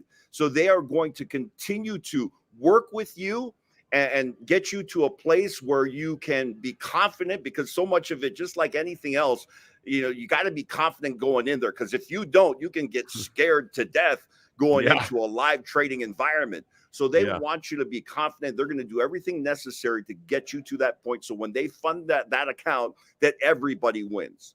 Yes, sir. Alema Harrington, live from the Delta Center in Salt Lake. Good to see you, my friend. Great to see you guys. Looking dapper, and let's do it again soon. All right. Thanks, guys. There you go. Alema Harrington right there, presented by Tri-Day Trading. Great insight on Nick Saban. And again, if you're just tuning into the show, Nick Saban retiring. He told his team in a 5:30 Eastern time meeting today that he was stepping away from coaching and retiring. And obviously, I mean, this is a titan of the college football world. Just a remarkable career. You guys understand that Nick Saban went to the college football playoff or postseason 8 of his 10 years. I mean, unbelievable. The guy is just remarkable. Stud. Remarkable. Boss Frog, what's up, my guy? I'm struggling with the Lavelle Edwards in the same category as Saban. Bear Bryant, Tom Osborne, Woody Hayes. I think what Alema was talking about was the impact that coaches have. And Alema played for Lavelle Edwards at BYU. Obviously, most of you know. I think guys like Lavelle Edwards living in Utah, I can tell you, Lavelle Edwards absolutely is in the fiber and the DNA of BYU football. Super impactful. Yeah, I mean, the guy was amazing.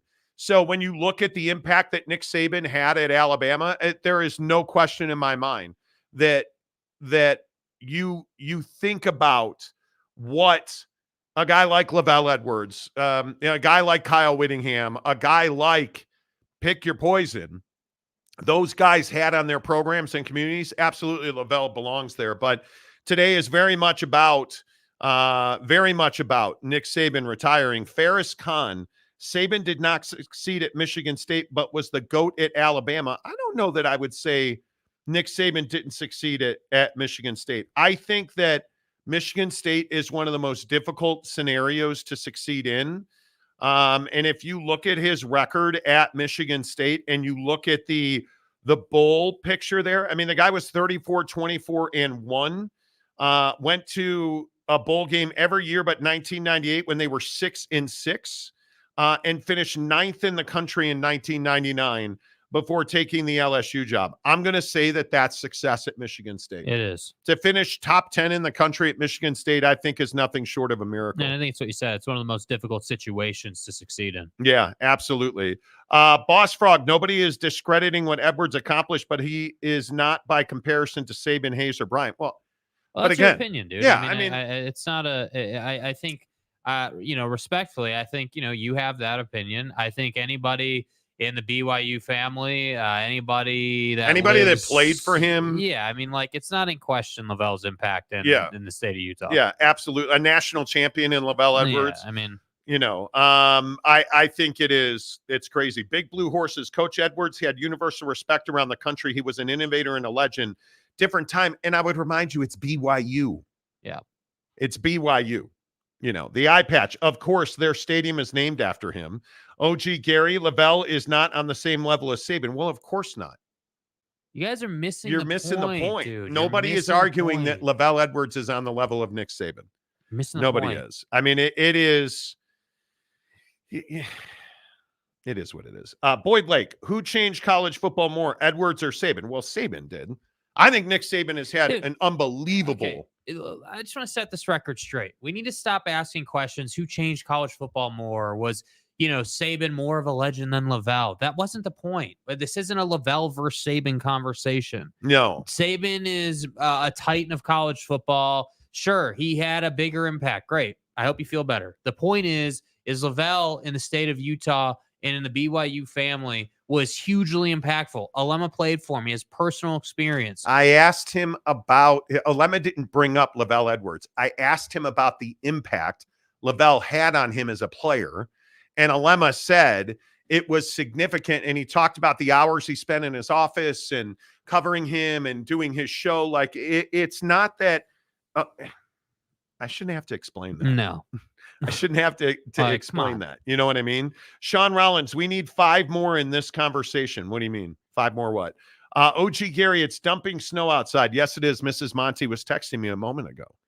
It was like, hey, yeah, it's absolutely. Mr. Downtown, it is possible that Saban can be joining his friend Pat McAfee on College Game Day, replacing Lee Corso. Sure. I mean, that's possible. I've seen a lot of people on X suggesting that, but I'm not so sure that that's the level of role Nick Saban would need to join the commitment ESPN. To his time. Yeah, I mean, it's so much, dude. I think Nick Saban can do whatever he wants to do. I think the far broader perspective here and the bigger question is, how do you move on from Nick Saban? Not how do you replace him, because you're never replacing him. How do you move on from Nick Saban? And I think, Alema made another interesting point. Is this one of those situations where you don't want to be the next guy to coach the football program at Alabama? I mean, I 1000% agree. I think if you are, if you're Dan Lanning, you should have no fear taking that job. If you are Dabo Swinney, I feel like you should have some fear taking that job. It's not for everybody. Yeah, I mean, let's be really honest about that. You're talking about a guy who has the most first-round draft picks ever at 49. And it's not close. Not NFL draft picks. First round draft picks, bro. That's different. 44 of those 49 at Alabama. Come on. I mean, you're talking about complete domination. 7 national championships. You're talking about 8 of 10 years playing in the championship tournament. Like, it's wild. It's wild. Yes, Shawty, I know. Bo Davis is going to be LSU's D-line coach. We know. We get it.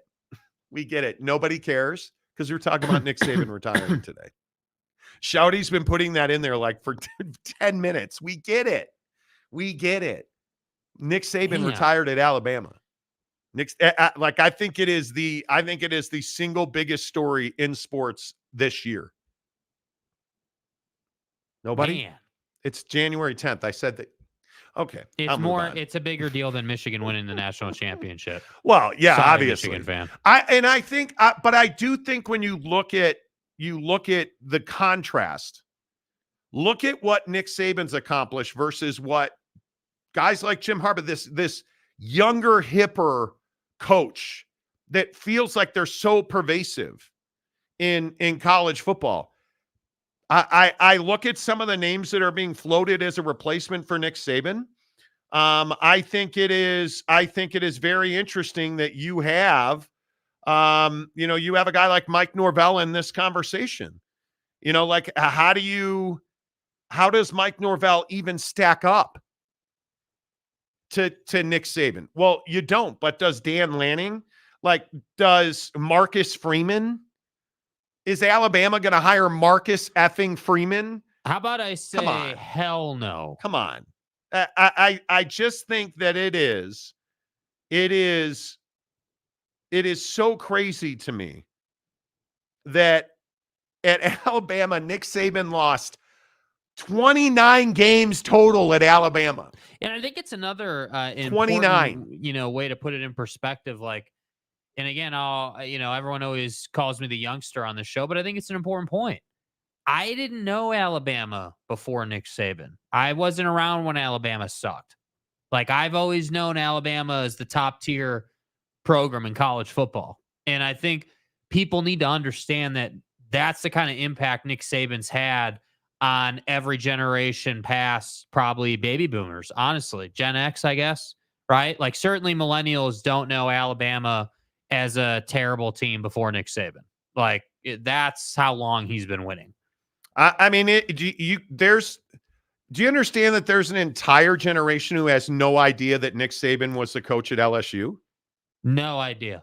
That he was ever at Michigan State, that he was ever at the Dolphins. Do you understand there's an entire generation of football fan who has no idea that Nick Saban was in the NFL? Yeah. That's the thing that we're talking about. So again, I know it is wild. And it is one of those days where we're probably fixated on a story, but I got to tell you, it's the biggest story in sports in a second. What is this even compared to? I think we have to go back to Tom Brady retiring last year. Yeah. I think that's the only thing that this at all compares to. And I think the interesting thing, when I look at other guys, obviously Bill Belichick is coming up to this portion of his, career. And I have to say, the day Bill Belichick retires is going to be, obviously an important day in NFL history, but Nick Saban is retiring after a college football playoff berth. That again, when Bill Belichick retires, it'll just be, oh yeah, hey Bill, amazing career, all those Super Bowls, great, best coach to ever do it. But it feels a little different with Nick, and it felt a little different with Tom because they had just come off think and recently winning. That's different, man. Yeah, and I think Nick Saban is. I think in college, the national championships, as impressive as they are, don't tell his story. I think the consistency, the lack of controversy, the lack of scandal. I agree. That's a big deal in today's day and age, man. In the age of social media and in the age of, the mobile phone and the smartphone, and the idea that you have no controversies with Nick Saban. Yeah. Just domination and consistency in a process. That makes Nick Saban the greatest football coach ever. And I think we can argue Phil Jackson in the NBA. You can argue, go pick your guy. But it's on that level of dominance, right? That much. It is just pure domination. Yeah. All Nick Saban did was win. That's it. And to the point where people got sick and tired of hearing Alabama's going to be in the BCS. Alabama's going to be in the college football playoff. Alabama doesn't deserve to be in over Florida State. Actually, yeah, they do. They do. Yeah, Sir. I think it is. I just think it's amazing. We're at, dude. Like, as college football fans, we're so tired of this dude winning that our politicians are getting involved. Do you understand that? Yeah. Like, that's how pissed off people are at how much this guy's won. That's how good this guy was. Yeah, I think, and this is just my opinion, I think there's only one name to replace him, and it's Dan Lanning. Yeah. I think it is, again, he's young, he dominates in recruiting, player relations, NIL. Obviously, he's got ties to the SEC. He's got ties to Alabama. Mm-hmm. He's got ties to Georgia. He fits the exact profile. He's got a big buyout. He's got a $20 million buyout. But if you're Alabama and you're trying to hire the next coach to replace Nick Saban, I don't think you care what the buyout is. Nope. It just doesn't matter. And there are a lot of guys who can do the job. In my opinion, there are probably only 3-4 guys that are great fits for the job. Yeah. That's it. Totally agree. Shouty says Nick Saban is good father. He is a good father. Okay. Is Tiger Woods leaving a bigger deal than Saban leaving Bama? No, he's not. No, it's not. I think that it's not, but I think I understand the question there, the direct, like the place you're coming from. Like, Tiger Woods, the difference is Nick Saban, again, has retired after playing to get to the national championship game. Like, I can't emphasize that enough. Like, Tiger's different because Tiger is the greatest golfer of all time who's had so many ups and downs. And when I say a storied career, typically when people roll out storied career, it's like, hey, you just won so much that like that's it. Like, that's not it with Tiger. Tiger's won everything, but he's also lost everything. And that's why, him leaving Nike after, 17 years, I think it was, or whatever, the however long it was, like that's just a different thing. 24 years. 24 years. Nick Saban leaving college football is just, that's a huge loss, but at the same time, a career that's probably never going to be matched again. I mean, I can't, especially now with the portal and NIL. We'll never see another Nick Saban. I just can't. I agree. Like, I don't think we'll ever see someone on his level again, dude. Yeah, I don't know that anybody's even close right now to it. I mean, it's obviously Kirby at Georgia is going to be the guy everybody's going to point to, but it's going to be tough to keep that going now. The SEC, with Texas coming in and Oklahoma coming in. That's the knock, though, on Kirby, right? Like, and on anybody. I mean, Kirby or anybody. You can't put anybody else in Nick Saban's atmosphere until they've got 4 national championships. Yeah. Once someone's got 4, now you're in shouting distance of 6 and 7. Good Lord. It is absolutely just pounding snow in Salt Lake right now. It is like you cannot see anything but white out our window. It is wild outside. So as we talk about Nick Saban retiring, let's see who else.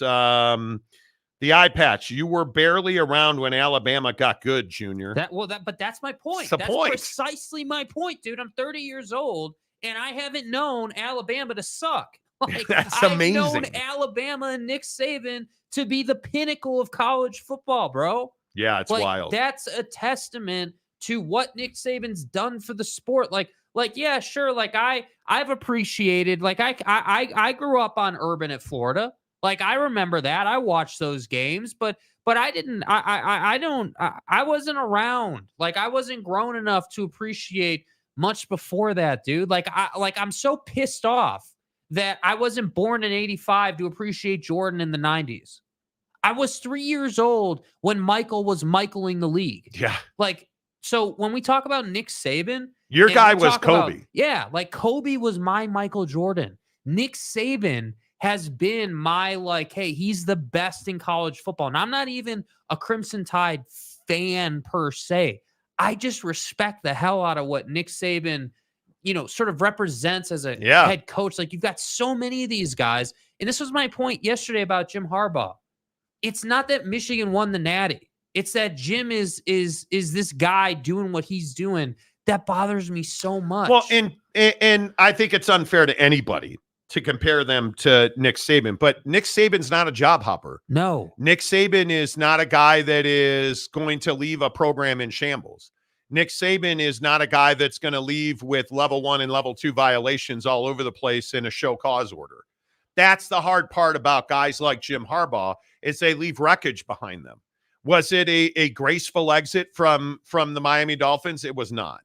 But I think nobody remembers that. I think everybody talks about Alabama. Never watched a game. I never watched a Miami Dolphins game where Nick Saban was the coach. Just want to point that out. Yep. Mr. Downtown, Jake, millennials do remember Saban's failure in the NFL. I totally disagree. I don't. Completely. I think Nick Saban's quote unquote failures in the NFL, I don't think it is even a blemish on his radar. I mean, if you want to focus a blip on or that, a blemish on his resume, excuse me. Dude, if you want to focus on his failure in the NFL, with all due respect, I think you're just hating on him. Like, okay, cool, he failed at the NFL level. Then why is it that everybody who fails at the NFL level doesn't come back to college and win 7 national championships at 2 different schools? Yeah, I think he made up for it, for sure. You know what I mean? Like, come on. JR says Lavelle, 8th winningest coach all time. He is. I just think there's a lot of people who don't understand or appreciate what Lavelle Edwards did for BYU in college football. I truly don't think they understand it, in my opinion. Sean Rollins gives 5 Monty Show memberships. Hello. Sorry, I was on the Roll Tide page. Had to kind of pull out the chime. Thank you, Sean. And Matt Ritson, how about Dion for Alabama? He's not the guy, and B, he's not going to move. Really interesting. So Dion, and let me see if I can find this real quick. Dion tweeted about this, and it's really interesting when you look at Dion basically tweeted and said, like, the game has changed, that the changing landscape in college football essentially took Saban's fire. And I kind of agree with that. That's one of the questions that we brought up.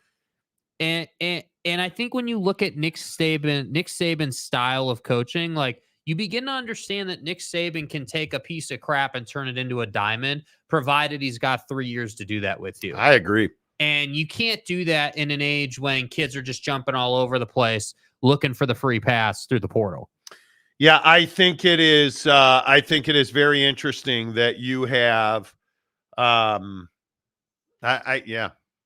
don't know. Again, I'm telling you, believe me or not, Dan Lanning's the guy. I don't know how he's not. I don't know how he would be anything other than the exact right candidate for that gig. Yeah. I think Dion is, and I keep telling people this, and I don't know where this thing came from, that Dion, he's just looking to job hop, and Dion's going to be at Colorado for a minimum of 5 years. He is, I think, and if you don't watch Dion's Prime video series, you're crazy. He openly speaks about how he is learning on the job. I mean, like him bringing in Pat Shurmur to replace Sean Lewis this year. I mean, how many coaches would even do that? He's learning on the job. He's not looking to take the job now. Mm-hmm. He's looking to do the job he has now. And I think I think a lot of people just assume he's going to take another job. And I just don't think that you have that. There's no evidence of that. OG Gary, Lane is replacing him. Nah. I honest to God. What evidence do you? And this is the other thing I don't understand. We all want to be like, this is happening. Like, Lane's not replacing Nick Saban. I think he would be a candidate. I believe that they are focused on Dan Lanning. I want the best people. It. I just don't. I don't even think it's close. James, is Saban the GOAT? Bear Bryant has over 300 wins as a college football coach. Who cares? What has that got to do with the price of tea in Tuscaloosa? What does it matter? This is something else we do. Oh, this guy who coached in 1836. Like, do you understand how different it is from Bear Bryant to Nick Saban? And the consistency that Nick Saban has displayed from, again, people ripping him, not like calling him a failure at Michigan State. That means you just don't understand what he did at Michigan State.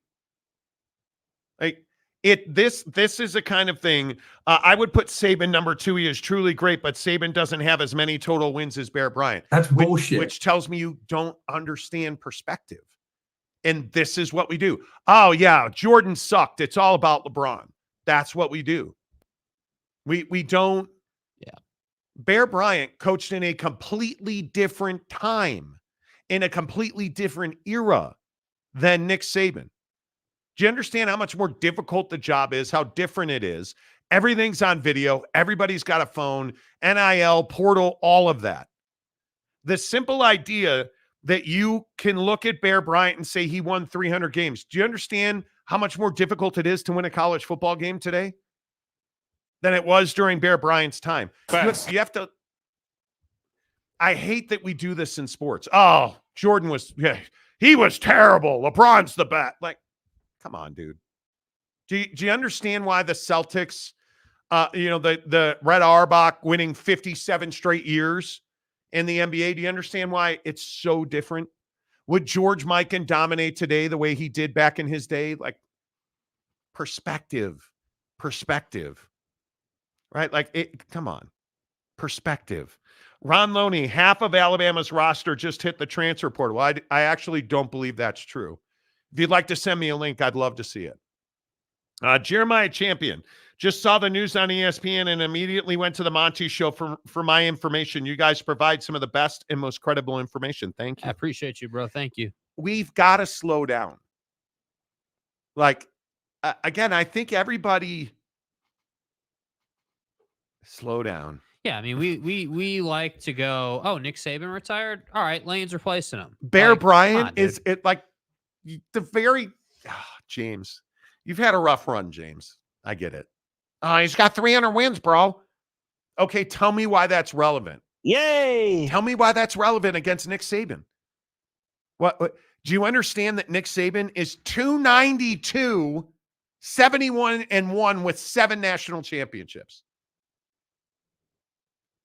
In this day and age, how many people are ever going to have those kind of numbers? How many people are going to go to the college football playoff 8 of their 10 years? When's the next time Michigan State's going to be ranked 9th in the country? Let that sink in. The guy didn't go to a bowl by choice. 1 year of his career, they were 6-6. They didn't go. Every other year, they went to a bowl game. Let that sink in. Who's had this kind of longevity and prosperity? Let that sink in. Nobody. I just don't know why we have to do the thing where he retired, let's tear him down now. Like, what are we doing? What are we doing? Kurt Myers, OG, both of these men were and are great coaches and both coached at Alabama. True. OG Gary, Duck season will die if Lanning leaves. I believe he will. Gary, Gary, I'm going to put you in charge of the Duck season wellness check. You have a deal. Because I do think he's the guy. Like, I've been texting with one of our guys, and and again, what we've been told is this is not a surprise at Alabama. They knew early in the season that Saban was going to retire. Sure. Yeah. Not a surprise at Alabama. And honestly, like, if you're Nick Saban, you owe that to Alabama. I mean, if you're going to retire, that's a whole like succession plan you need to put together. Yeah. Well, welcome to the nightmare. I wouldn't say it's a dig or a blemish, but as a millennial born in 1985. Yeah, that's true. 1985. Yeah, I think that's one of the first year millennials start. I was 12 years old.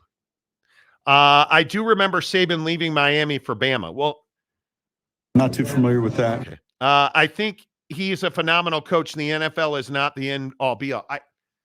This is. Can we just say that there's an entire fucking generation of people who don't remember him at with the Miami Dolphins? And by the way, why do we? Dude, I want to point out that his time at the Miami Dolphins is not the part of his career that you should celebrate. I wish we could just appreciate the guy. Yeah. I wish we didn't want to compare him to Paul Bryant. I wish we didn't want to say, well, he failed in the NFL. Okay, go about your life. If you're here to say he failed in the NFL, I would tell you to have a nice day.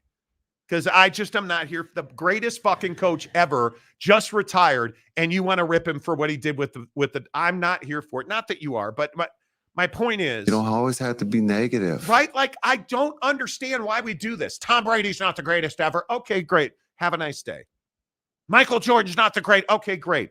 Have a nice day. When LeBron retires, oh, he's a political. Okay, great. Have a nice day. Like, why do we do this? Yeah.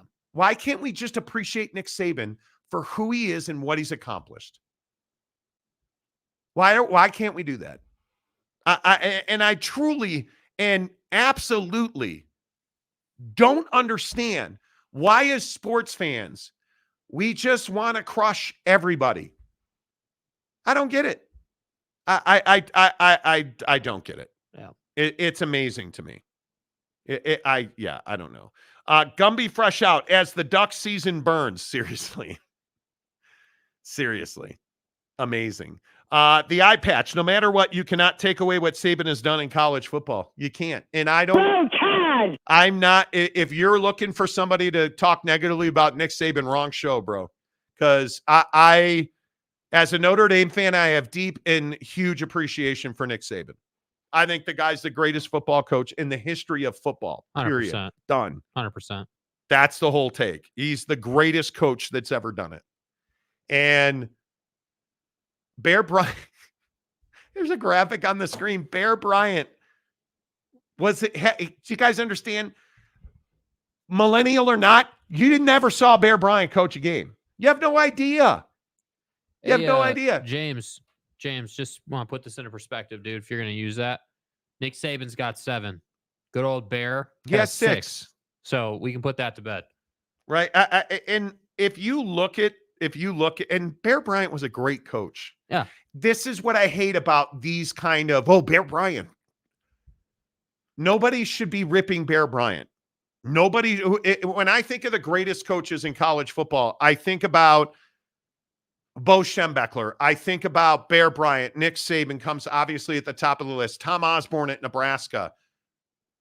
What are you going to rip him for? We're not talking about Paterno the pedo. We're talking about Nick Saban. He has no scandals. What are you going to rip him for? And yeah, congratulations. Bear Bryant, if you look at his record, Bear Bryant, phenomenal. At Alabama, 232, 46-9. Okay, cool, man. That's awesome. But Kentucky in 1948, man, you guys. Do you guys remember that fly sweep they ran at Kentucky in 1952?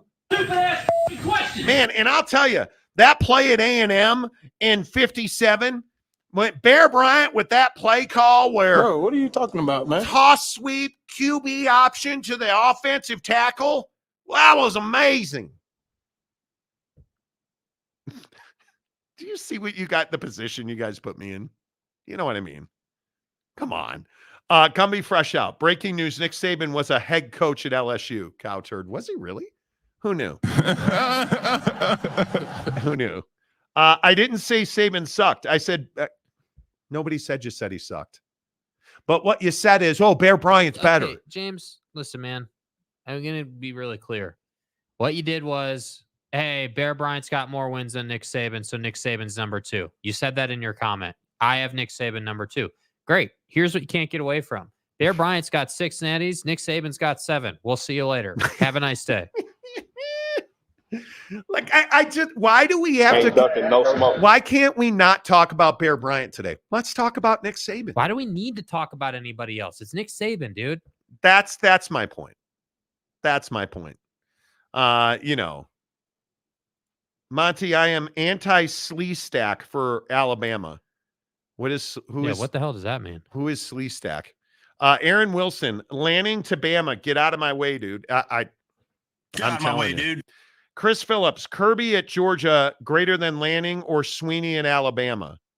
Yeah, but Kirby loved seeing Saban retire today, no matter who Bama hires. Well, I think that Lanning at Alabama gives Kirby Smart all he can handle, because who taught Dan Lanning? Kirby Smart did. He coached under Kirby Smart. Like Dan Lanning's the perfect guy. And he doesn't have to be the thing that'll be tough for the next guy is you don't have to go and beat Nick Saban. You just got to be you. Yep. That's all you have to do. You just got to be you. Because that's exactly what Nick Saban was. Which is why you have to respect what Nick Saban's done. Because he's the greatest coach in the history of college football, bar none. What he's done and how he has shaped the modern era of college football is simply second to nobody. Nobody has had the success that he's had. Yes. Not with these pressures, not the way recruiting has changed, not the way that the money has changed, not the way that he, like from the BCS to the college football playoff, he never missed a beat. Dynasties, program builders, he just never missed a beat. And I think we need to understand that it's going to be a very difficult job no matter who takes it. The dynasty is not over. Boss Frog for $99.99. What, you couldn't give us the extra penny? No, I'm kidding. J2H, here are my friendship dues. Friendship dues. Please don't boot me out of the Instagram group. Okay, please continue.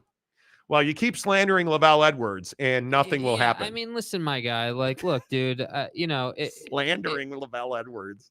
Look, I think that people love to hate. That's all it is, man. People love to hate, and they're doing it with Saban. They're doing it with everyone. It's fine. Yeah, I think the people that I particularly the fan that's like, oh, he failed in the NFL, deal with it. Who hurt you? Like, who hurt you? That's the thing I don't understand. Yeah. It's not the best situation, and we all know that. I don't even care that he went to the NFL. It does not blemish his resume, his legacy, nothing. Not at all. Hey, look, Steve Stepanek is back. Man, good to see dude, you. The show can start, man. Derek Myrie, it'll be Dan Lebitard to Alabama. Dan Lebitard? No, don't you know who I am? He means Dan Lanning. Right. He means Dan Lanning. Micah says this is the problem. No one likes to live in the here and now.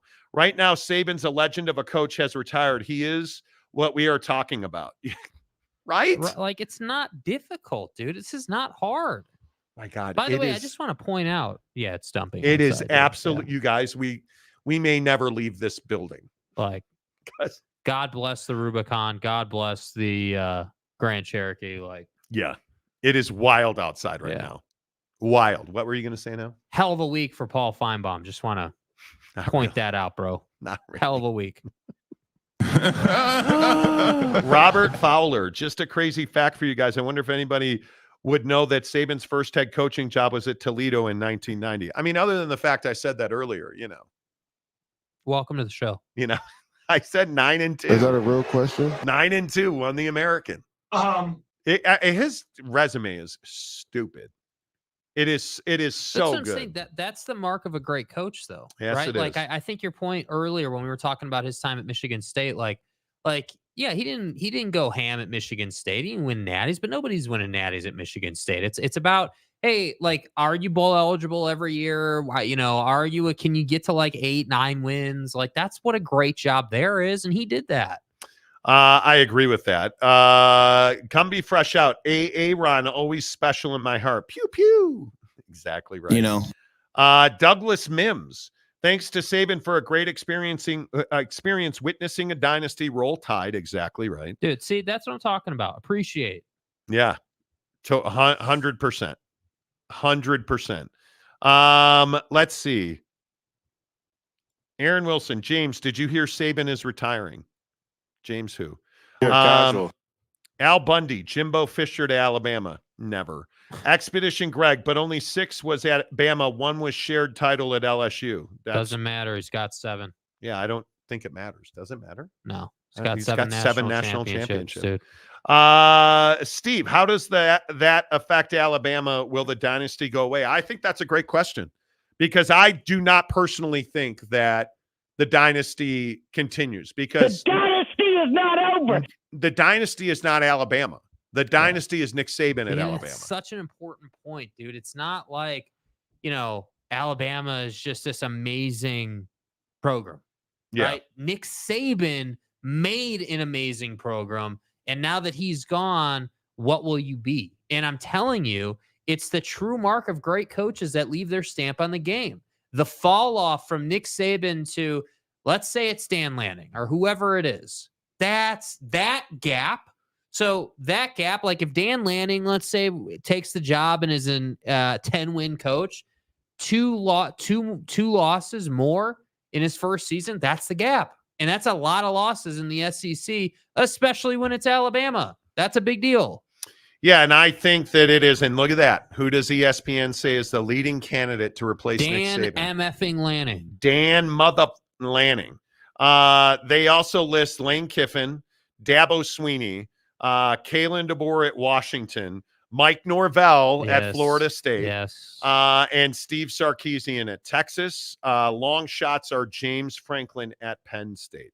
He ain't even in the combo. I don't think he's in the conversation.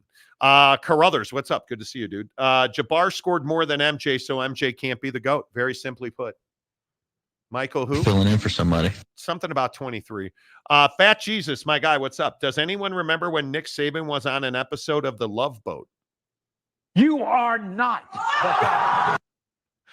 I don't remember that. James gives us $5. I think Nick Saban is awesome. I saw his statue in Tuscaloosa in person. He's the reason people donated money and built up the stadium. Hi, this is James. Welcome back. Saban's a legend. Yay! Saban's a legend. I saw his statue, but that motherfucker ain't as good as Bear Bryant. And Bear Bryant's statue is way nicer than Nick Saban's. I mean, did you see the Bear Bryant hat, you guys? I mean, I just don't know how do you take Nick Saban, who doesn't even wear a hat? What an asshole. Doesn't wear a hat, thinks he's better than Paul Bryant because he doesn't have to wear a hat. Well, I got news for you, Saban. You're no Paul Bear Bryant. You didn't even recruit Forrest Gump to Tuscaloosa, you jerk. I'm sorry if you're offended by that. Only 292 wins. Bear Bryant's got 300. Ask my bobbleheads. Ain't no reset. Okay. It is what it is. RJC man, end of an era. Nick Saban is an amazing man and the best football coach ever. Thank you. Katie Rader, come on, Monty. Sark looks like a slee stack. Okay. I mean, listen. Can you define what slee stack means, dude? Like, I love you, bro, but like, please. This is a slee stack. Okay, cool, man. Like, what the hell are we doing, man? Why? I love you, Katie, but damn. Well, why? Like, bro. Who even knows that reference? That is so obscure. That's the untrained eye. That's so obscure, man. Aaron Wilson, Sark deserves UT. I don't think he'd leave. I don't think he'd leave Texas now. Why would you? Right? Mike Smith, Pistons Bill Lambier actually played a slee stack on Land of the Lost. Oh, Mountain Mama. Gumby fresh out. Wreck 'em, boy. Exactly. It's fine. San Diego State, Glenn. Monty, you were 12 years old in 85. I was newly married Aztec that year. Anniversary number 40 is fast approaching. Lots of sports history has transpired since then. Has it? Are you sure? Glenn, you're old. Jesus. No, Jesus is what? Long story. And donuts. Drink Elia. Okay. Book of Eli. Yeah. Like, what is that, dude? What does that mean? Like, bro, like, are you guys? Is it the snow that you guys are like tripping, boo? Dude, what the hell are you guys doing? Okay, is a hell of a drug. This is a good question. Who will be the next great coach in the NIL era? Well, I think your guy in Boulder. I mean, I want it to be Dion. I think that your point about him learning on the job is true. I think this second year will tell us what he's truly capable of. He's rolled that roster over again. If he can put up, if he can be top 4 in the Big 12, okay, he's capable of greatness. But that's not going to be easy. So I don't know. Who's going to be the next great head coach? I think if Dan Lanning gets the Bama job, he can do that. He can absolutely do that. Yeah, I don't know that I don't know that Oregon ever gets over. That's the hard part. I don't think that Lane Train's got the fire in him to achieve greatness at the level Saban did. I think Lane's a great coach, but I think he just goes about it a little differently. I think Sark is just trying to put together another. Sark feels like that. You years. guys like, remember when you youngers don't know bloods, please. you youngies. You remember when you were just trying to break the level on Super Mario Brothers? No. And you just couldn't get past that last chimney, and you fell all the way back down. Well, that's the issue, isn't it? And you finally get past the last level and you beat the game. Right? And you're throbbing. Right? How about that? And you're just blood flowing. Stay hard. Right? Like, I mean, it's amazing. That's who Steve Sarkisian is. He just can't get past that last level. When Steve Sarkisian finally beats the game, there will be no finer coach in college football. He's got to beat the game. When I die, I'm going to paradise. And I think you ain't wrong. I think that it's really hard to do. Yeah. It's very difficult to do. And I think when you look at guys like, I mean, think about the legacies that ended today. Pete Carroll, Nick Saban. You know, I mean, it's going to be very interesting. Drinkwitz to Bama. Nah, not high profile enough. Not high profile enough. Gumby Fresh Out, the Lanningator. Correct. RJ Seaman, Nick Saban raised men, Habitat for Humanity, and his players gave back. Absolutely right. He has our full respect. Micah Mars, major snow squall moving through right now, dude. Dude, it looks like it's lightened up now, but that was legit for about 20 minutes. It's still coming. We're buried outside. I'm waiting for the power to go off. I sifted through all that. You know, I'm just waiting. RJ Seaman, Dabo to Bama, could be. Jimbo has a championship. Lanning doesn't. Jimbo Fisher's a laughing stock. Jimbo Fisher's a dumpster fire, dude. Like, you're not hiring Jimbo. Yeah. Not at Bama. That whole nine. No way. Shouty. Wow. Saban, godfather of college football. Agree. Mike Smith, Mountain Mama. ATM is paying Jimbo an ungodly amount of money to not coach at A&M versus Lanning. Stop it. Yeah. Can I ask you a question? So let's see. He's basically Shohei Ohtani on a payment plan, Jimbo Fisher. And you have the best. Those payments ain't deferred, dog. You know what I'm saying? And you have the best young coach in college football in Dan Lanning by most people's measure. Yeah. And again, do you think it was accidental he was on the college football playoff coverage at ESPN? Dan Lanning? No, it wasn't. It wasn't. James, I sure hope you have some spare food hidden in your desk. We don't. Trust me. That's out of the window. We've got some cutie oranges over there. I can afford to miss a meal.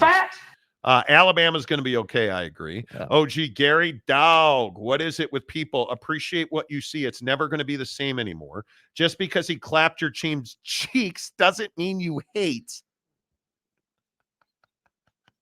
It's amazing what we saw. Clapped your team's cheeks. Look at me. Dude. Amazing. Shouty. Goat of college football. Tanner Plummer. Guys, I'm stuck in class and I'm bored as F. I can only watch the show while muted because I'm obviously in class. Duh. Someone in the chat tell me a joke. The Philadelphia Eagles. That's a joke. I agree. You should turn on captions. NE, breaking news. Dan Lanning is Alabama's first choice per Brett McMurphy. It will literally now be a choice if Lanning wants the job. Hey, NE. Hey, dude. Bro, ma'am, whoever you are. Whatever that creature was that Katie was talking about. A slacker? Yeah, a slacker. A slee stack. Slee stack, if that's your chosen identification. Yeah, dude, we had that at right when the news came out at like 3:20. So yeah, you can start saying per the Monty program. Per the Monty program. Stay hard. We never get. We're just the hacks on YouTube. Yeah, dude. 50,000 subs, no big deal. Like 50,000 more, we get a plaque from YouTube. But we're not going to talk about that. It's fine. I mean, ain't no reason to be tripping or Why are you tripping, bro? Why are you tripping, boo? Yeah, that's awesome. Brett McMurphy is a 0. I know what you mean, and I'm not going to say it. I feel for all the Alabama fans there. I remember when Hayden Fry retired. Jake, who's Hayden Fry? He's a slee stack. Exactly. Who the fuck is that guy? The legendary coach at Did you say his name is He Needs to Be Fried? Hayden Fry. Oh, Hayden Fry. Yeah, he was the coach at Iowa State. Who the fuck are you? I'm just going to let that marinate so Robert Fowler has a stroke. Hayden, Iowa. Roy Marble. You got to get stroked. Roy Honestly, Marble. I'd start stroking guys. Okay. All those years ago from my Hawkeyes, and it took a long time to get over. Okay. Giggity Tanner. The best joke is thinking McNabb was great.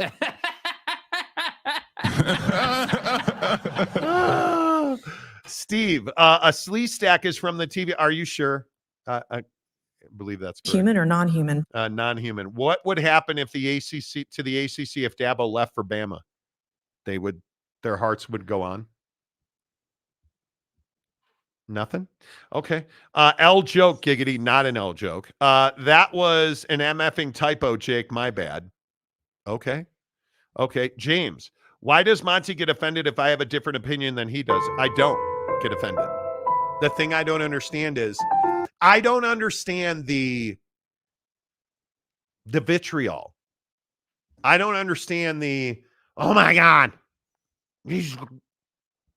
Why do we? James, listen, my guy. I love you, bro. Seriously. All love. Right? Right? I mean, we love, do. Right? You're like, great. We really do. But you can't, if you're going to start asking this question, then you're going to get a response like, dude, you came in here, you commented that Bear Bryant's got more wins than Nick Saban, and Nick Saban's number 2 on your list. So because what you said was Bear Bryant's got more wins, so he's a better coach than Nick Saban. Okay. Nick Saban's got 7, Bears got 6, so Nick Saban's a better coach. We didn't get offended. I think it's with all due respect, not trying to offend you, that's a dumb take in my opinion, but that's my opinion. You're entitled to your opinion. I don't, dumb is a strong word. I think it's just not a well thought out take. I think you were silly. like keyboard warrioring. Yeah, like, so we don't get offended, but it's Ollie Gordon should win the Heisman Trophy. Yeah, dude, like it's not, there's nothing there. It lacks context. It lacks like perspective, like understanding that Nick Saban has 7 in the modern era of college football. And really what it lacks is the perspective and understanding, James, that Nick Saban's a better man than you are, right? And Nick Saban is a better man than you are. Kiss my butt. Roll Tide. James, you're a character on the show.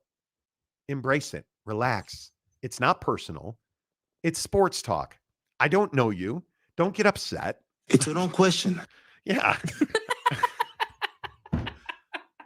I didn't kick your puppy, man. Like, yeah, we didn't gut your steer on your front lawn. Like, come on.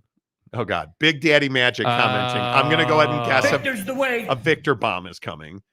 Let me guess. I'm gonna guess it's Victor's a better coach than Saban is. You know, it's either that or Josh Allen. It's that or he's pissed off that nobody voted for him yesterday. I'm so glad that I met Dan Landing.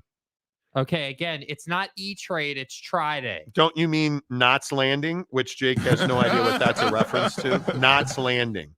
Now, don't you mean Knots Landing? Here we go. Google. You really have to Google what Knots is Landing? Knots Landing. I hate young people. I'm so glad I met Knots Landing this year. It's in 1979, and you're surprised I got to Google it, bro? Come on. Joan Van Ark. Okay. Okay. Who is next day? And I appreciate next David, the greatest coach in my lifetime. I'm not sure who David is. I want to be known on the record. Bro. I have been down with Victor since day one.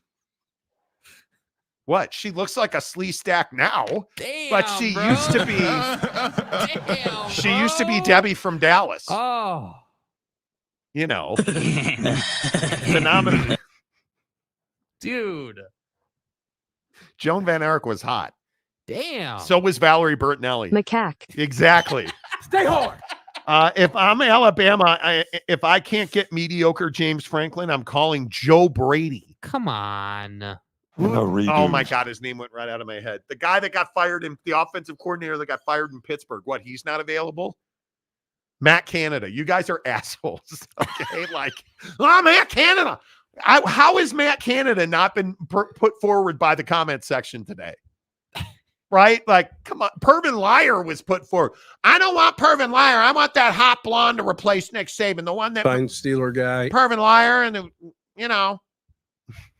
you guys are mean-spirited. Aaron Wilson, throbbing, gonna get stroked for that one. Damn True. right you are, dude. You got to get stroked. Fat Jesus, I also announced my retirement today. All the greats are stepping down. There you go. That's why Jake can't announce his today. He's not that great. James. The unbelievers. Sark isn't leaving Texas.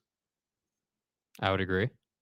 Now do I have to pick apart every comment that James makes? Well, look, all right. Okay. Here's why James is dumb. No. Sark isn't leaving Texas. They're about to build a new... God. Bro. You love your facilities. Hi, this is James. Welcome back. For those of you who don't know what SLE stacks are, IPF. IPF is short for I peed on a fence. So they're about to build a new fence for Sark to pee on. IPF, I peed on a fence. And they have one of the best stadiums in college football, plus a ton of good recruits in the state of Texas. Sark doesn't have to leave the state. If they called Steve Sarkisian today and said, would you like to be the next coach at Alabama? He would say, okay, can we book the movers to tomorrow, The please? answer is yes. I'll be all right. See you guys tomorrow. I'll pay for the. We're out of here. I'll pay for the private jet. My own on the tarmac where I got fired. Anyway, Capazzo, snowing in Salt Lake. I'm standing on my back patio in short sleeve shirt, cooking burgers in the Jeezy. What the fuck are you, Ranger Rick? Man, it sure is a nice day. Thanks. We'll be there tomorrow. Man. We'll be. Don't forget, we're off Thursday and Friday this week. We're going to CES. We have big meetings tomorrow. Yes. Tomorrow's a pretty big day in our life. Yeah. Hopefully. Katie Rader. Pew pew. Hey. SLE stacks rule. Human or non-human? I'm going to say ruleism. Yeah. Steve, could Alabama draw a coach from the NFL? I don't think they want that. You cannot. I don't think. I think OG Gary said for sure it's a done deal that Sean McVay was taking the. You ought to know. You bought it. Somebody did. Oh, no. Jimmy texted me that. But whatever. Sean McVay, bro. Sean McVay. Nah. He's not qualified to be the head coach at Alabama. Nah, dog. He's not. Aaron Wilson, we got to get these guys to 100K ASAP. Yeah, dude, let's go, bro. ASAP. Where are we on the subometer? Where are we on the sub? We broke 50,000 yesterday. We're at 50,276. So okay. 276 Not over. bad. Not bad. Tanner Plummer. Yes, Jake, the Eagles are a joke right now, but not as big a joke as the Bears this season. And nobody argues that. Steve says, LOL, greatest Iowa Hawkeye coach, Hayden Fry. No. And there he is. Fowler says, watch your mouth, Monty. I'm here for it. Okay. Boss Frog, a bit behind. I'm not hating. Even responded to the SEO king. No one is discrediting Edwards. Better comparison Alema could have used to support his point regarding the pressures of the replacement. But why would he need a better comparison? Because Alema played at BYU for LaVell Edwards. And that's why do you guys understand what bib BYU uniforms are? He understands Gary Croton. It's a perfect comparison. Perfect. Boss, just love you, dude. Piece of advice. Maybe I'm wrong. I know I'm a youngin', don't know anything. Yeah, don't talk till you're 25. But if you're gonna say, oh no, I'm not hating. I don't want to hear a but. Come on, dude. Look, I don't think you're fat, but hey, your mom's not easy, but good. I mean, I really respect Nick Saban, but Bear Bryant's got 300 wins. Right? Come on. Mike Smith, not Mountain Mama. Okay. Knots Landing was basically another nighttime soap version of Dallas. Oh, J.R. Ewing. Loved Dallas. Gumby Fresh Out. Matt Canada sounds like a porn name. Hiscock. Phoenix Master. Bama should hire Antonio Brown to give us memes. Oh, why? There you go. Tanner, now, with that said, James, if you say something bad about Emperor McNabb, then we're going to have problems. Yeah, go ahead and try me then. See, James, you are in the focus. Everybody loves James, who loves buildings. What is it with dudes named James on this show? James loves peeing on picket fences. Y'all feel me? I peed on a picket fence, IPF. Yeah. Could you slide another P in there? Never mind. Bad analogy. Wow, bro. Macaque. Dude. Can you slide another P in there? Come on. Dude? Come on. These guys are going to come a lot. A lot. Come on. Monty, LOL, just for the record, I don't think slee stacks are attractive. Well, Biologics. Biologics. Nick says, who is happier, Kirby Smart or Brian Kelly? Probably Brian Kelly. Yeah. Probably Brian Kelly. Mark Thorpe, a member for 5 months. Okay. Did I miss your thoughts on NFL coaching firings? I think Pete Carroll. Now, again, another guy I have a lot of respect for. I think the way that he, supported Reggie Bush's condos in San Diego and cars, amazing. How do you not love that guy? This shit's going good. And that call on the goal line, Darius Butler, wow. Yeah, I'm not talking about that. 2 years overdue. 2 years overdue. Yeah. And if I am the Seattle Seahawks, I am making every move I need to make to get the number 1 pick in the NFL draft. Because you need a quarterback. Yeah. You need a franchise quarterback. And I am begging you. And I know that everybody, that listens, or everybody that runs the Seahawks and owns the team, and Mrs. Allen, and I know you all listen to the show. Do not hire Dan Quinn to be your next head coach. You hire Dan Quinn, you will not win. That rhymed. Yes, it did. He's the wrong guy for that job. He is. Yeah, he's not a head coach candidate, in my opinion. He's better as a coordinator. He looks like a slee stack. Hire Matt Canada. Charlie Sinclair, I hear nothing but the Spanos won't hand over control. I am of the thought process, if they hire Harbaugh, they're 100% giving him what he wants. I don't think Jim Harbaugh is demanding personnel control. I think Jim Harbaugh is demanding control of his staff. And I think Jim Harbaugh is asking, or at least I've been told that Jim Harbaugh is asking for the final say on offensive personnel, which is what he had in San Francisco. So I don't think Jim Harbaugh is wanting to be the general manager there. Yeah. That's not what he's asking for. And I think that will be resolved sooner than later. Look, I look at these NFL things today, and you look at the way all of this played out, and you start to understand that the good ones make good decisions. The bad ones, they're stupid, like Jake. And I think you look at the Bears today. The Bears did not fire Matt Eberflus. It's embarrassing. They fired Luke Getsy as offensive coordinator and other members of the staff. So let me get this right. And I could be wrong. I'm just little old Monty the Slee Stack. That was really well done. My point is, Matt Eberflus. Sorry, I struggle to pronounce names. Matt Eberflus. You're going to keep Justin Fields. And this is my question. I would assume, because are you really going to draft Caleb Williams and allow Matt Eberflus to screw him up too? How can you risk that? Here's a greater question about the Bears. Legitimate question. Who in their goddamn right mind is going to take that job as offensive coordinator? That's not what we're about. So Matt Eberflus, who is hanging on to his job by the pubes that used to be on Jake's lower lip. He's barely hanging on to his job. They're going to hire an offensive staff for him. Who's the offensive coordinator that's going to take that job?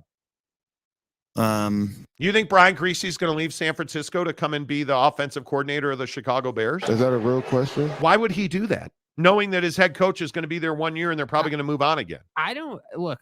This is to me more basic. Like I don't even think we should be talking about if a coordinator would take that job. It doesn't matter who takes that job at coordinator. You're not going to win ball games, and the reason you're not going to win ball games is because you've got a lame duck head coach. And I've never understood this, like NFL, like any league. When we see this, oh, we're going to fire all your staff but keep the head coach. Why? And legitimate question. Legitimate question. Help me understand. How on earth are you going to make the argument that you're going to keep Matt Eberflus as the head coach of the Chicago Bears? And then you're going to trade Justin Fields and draft Caleb Williams. What sense does that make? Because you're firing Matt Eberflus after this year because he's a defensive guy, and you're going to ask him to develop your rookie quarterback and win games to the level where you're not going to fire his ass? That's not going to work. I just go back to the Dallas Cowboys. 12-5, 3 years in a row, tremendous and phenomenal development and growth out of your quarterback. Does McCarthy and his too small hat need to win 2 playoff games this year? Yeah, I think he does. And I think he will, because they'll both be at Jarrah World. But you can't tell me that Geriatric is going to fire Mike McCarthy if they win 2 playoff games. Here's the problem. The Bears aren't going to win 2 playoff games this decade because we don't develop quarterbacks, because we allow Matt Eberflus to keep his job. Let that sink in. You're going to let him, so everybody roundly agrees the Bears are going to dump Justin Fields, so you're going to let him develop Caleb Williams. You're putting Matt Eberflus in charge of developing Caleb Williams. The franchise who's never, not ever, had the best quarterback in the NFL. The franchise whose best quarterback ever was arguably Jim McMahon, who was only a great quarterback because he had the best defense in the National Football League and arguably in the history of the National Football League. Mm-hmm. That's why he was so good. And I'm a Bears fan, and I love Jimmy Mack. And we've had this, Jim McMahon and I have had this exact conversation. And Jim McMahon will tell you, I was a good quarterback. That defense was a great defense.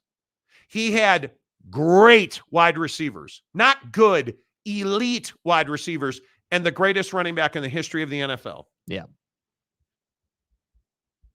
They've never had the best quarterback. Never. Ever. When's the last time they developed a quarterback? Their best quarterback in recent memory? Jay Cutler.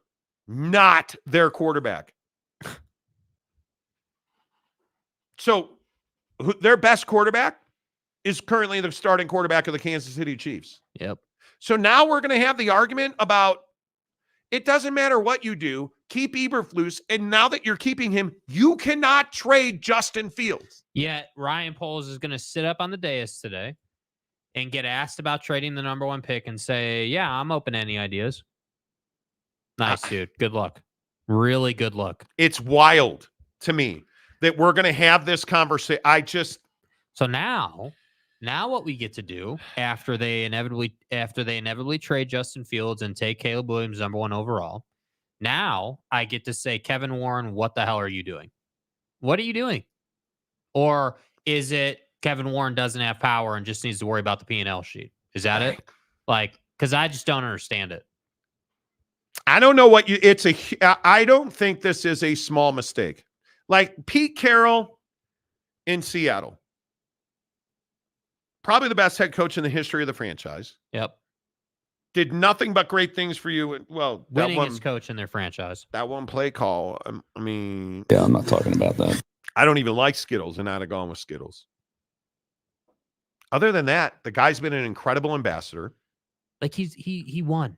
He won while he was there. It's cool. And it's you're 2 years late replacing him. No brainer. You're replacing him, right? But no problem, right? Hey, even though you're 2 years late, like great run for Pete Carroll, organization's in a great place. Like, hey, been to the playoffs a bunch of times, only competed for that one Super Bowl, but no big deal, right? Not a problem, all good. Like, the difference is that the Bears can't even get off the ground. It drives me crazy that we're gonna keep Eberflus as the head coach here. I am not allowing Matt Eberflus to develop or have any impact. If I'm dumping Justin Fields, and I'm here for that conversation, or I was, but now you kept Eberflus, now you're keeping Fields. I'm not letting him impact Caleb Williams, but you know what the problem with that is? How many times are you going to have the worst record in the NFL? Probably several times. Okay, well, you have the 9th pick as well, so you only have the first pick because you sucked so bad last year. You had the first pick and you traded it to Carolina. A lot. You have the number 1 pick in the NFL draft. Are you really going to trade it again? Are you really going to trade it again? Apparently. And when you do trade it, why should I believe that your draft picks are going to come through? Because I am an unbeliever. As you should be.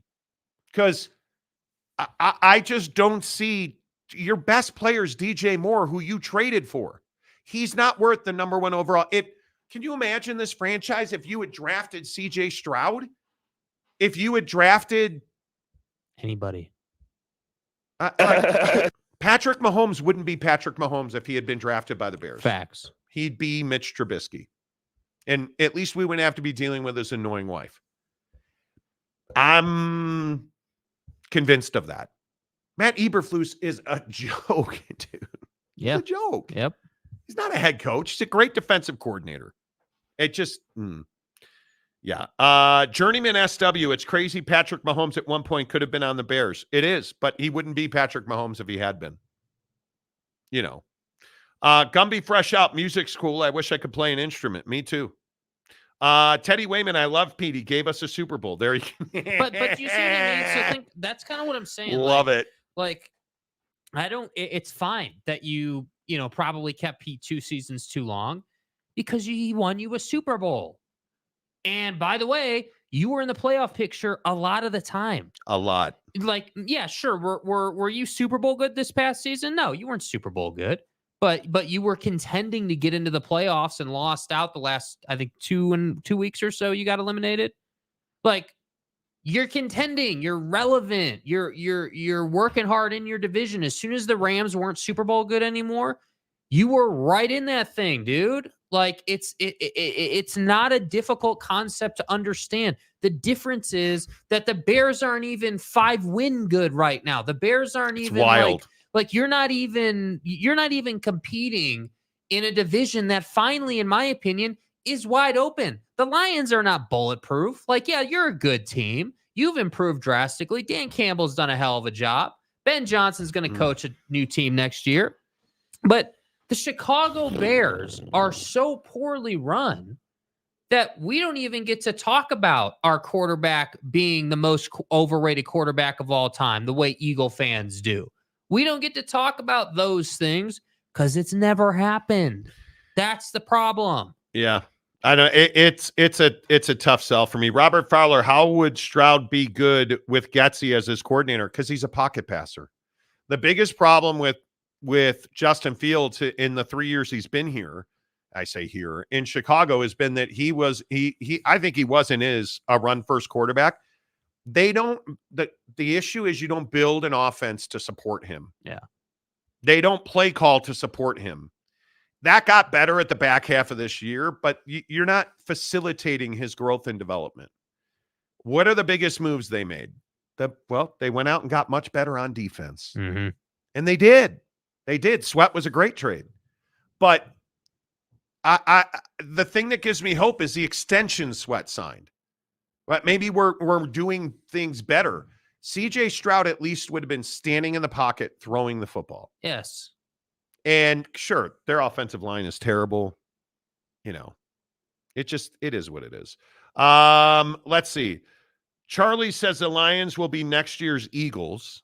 Man, I hope that they're going to lose their coordinators though, man. Like it's going to be tough. They need to win now. Yeah, we'll and see. I just don't think they're better than Dallas and Dallas if they get that far, you know. Mike Phillips, the Bears aren't 5 wins good. They're not. Not next season. I mean, you look at the wins that we had this year, and you look at the way that the Bears won their 7 games. Note who those wins are against. The Panthers, the Vikings. The Lions win was legit, even as shocking as it was. The Cardinals and the Falcons. The Commanders and the Raiders. The worst teams in the National Football League. Come on, man. You lost not once, but twice to the Packers, the Bucks, the Chiefs, the Chargers, the Saints, the Lions, the Browns. You lost to the best teams you played. Yeah.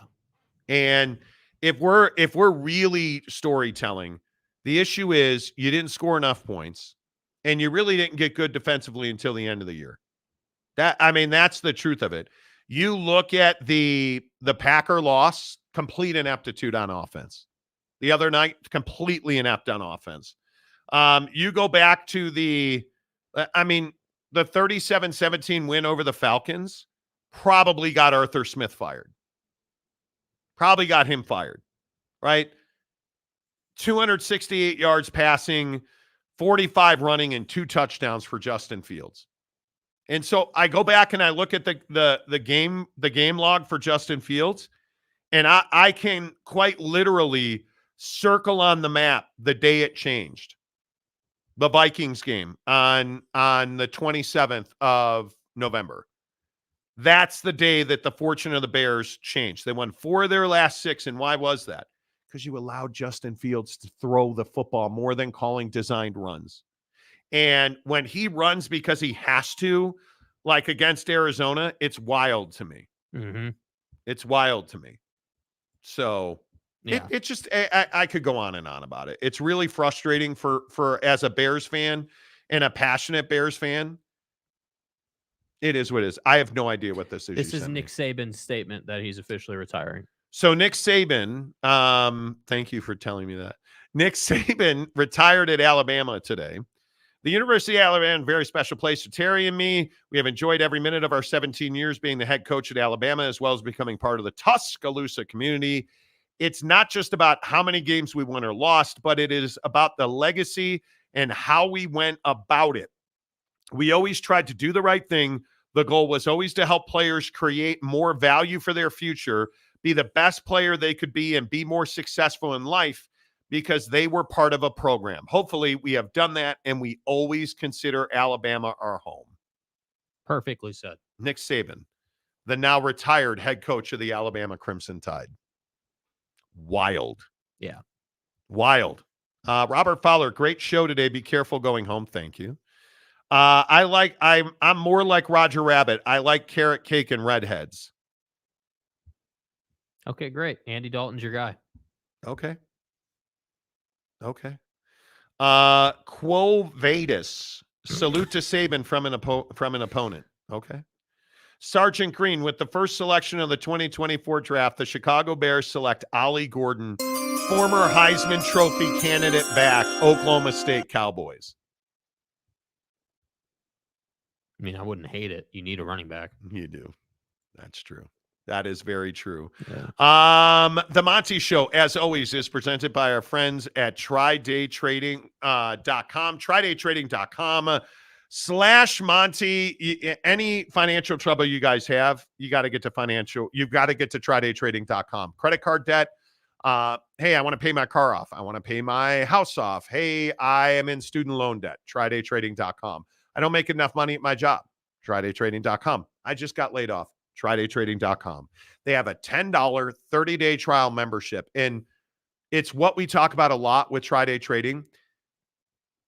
When you are done with their program, they fund a trading account for you. And a lot of people, Alema Harrington has talked about this a lot. A lot of people say, I can't afford to do day trading.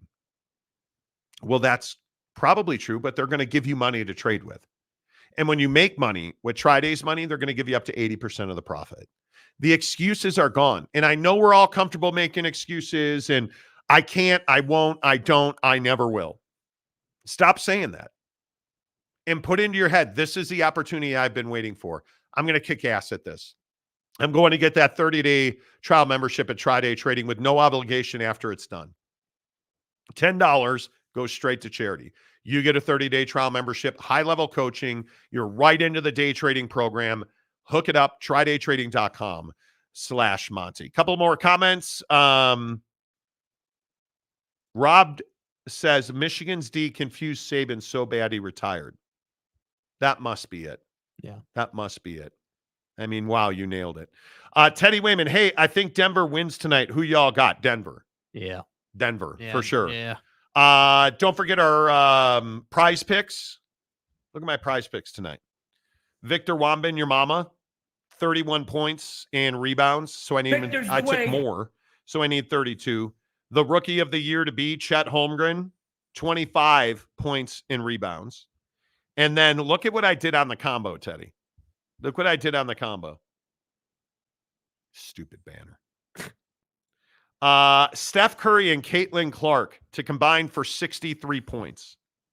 How you feeling about that, Jake? It's very possible. Ooh, Caitlin Clark's got 59 points already? No, she doesn't. That's a lie. I made that up.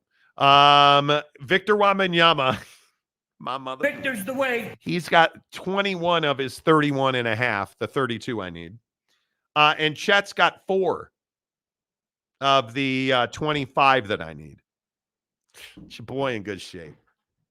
Your boy's in good shape. Our boy, dude. I love it. I'm winning tonight. Yes, you are. I am winning tonight. Make sure you get to the link in the description below. It's only English, man. I don't speak it. Prize picks. Use the promo code Monty to get 100% deposit matching. First-time deposits only. So open up a new account with the link in the description below. Put in $10. They'll give you $10. You can play for a month on $20 at Prize Picks. Absolutely. But use the promo code Monty or click the link in the description below. You guys get the hookup at Prize Picks, our daily fantasy partner at prizepicks.com. Make sure you hit the like button. Let's see. What did Teddy say here? Teddy said, check out the Steals prop. They are money. Love Steals. Joseph Harper says, great picks, Monty. Thanks, buddy. Hey, Monty. Thanks, buddy. Teddy says, that's nice, Monty. Thanks, Teddy. Tell the Cougars and Draper I said hello, though. They're probably not coming out tonight because it's still snowing. They're frozen in their dens. Yeah, they're coming inside. RJC, man, Frank Signetti and Matt Canada would be awesome. Who the fuck is that guy? I'm sure they would. I'm absolutely sure they would. All right, that's it. Show's over. Don't forget, we'll be back on Monday. Keep us in your thoughts tomorrow. Big day of meetings tomorrow for the Monty program. Yes. Keep us in your thoughts. Follow us on Instagram and TikTok. We'll have a ton of golf content. We're playing golf Friday and Saturday. Copper Rock in St. George. Bali High in Las Vegas on Friday. It's going to be amazing. Awesome. Katie Rader, Slee Stacks are restless, missing our super chat. Help me. I didn't miss your super chat, dude. Word, thank you, $5. CJ Vance has been a member for 10 months. Nice. Thank you. Phoenix Master says, enjoy it, guys. See you Monday. Appreciate all of you. Thanks for being here. Hit the like button on the way out the door. And if you get in an accident this weekend, get to theadvocates.com. Until Monday, Saban's the GOAT. Say goodbye, Jake. Goodbye, Jake.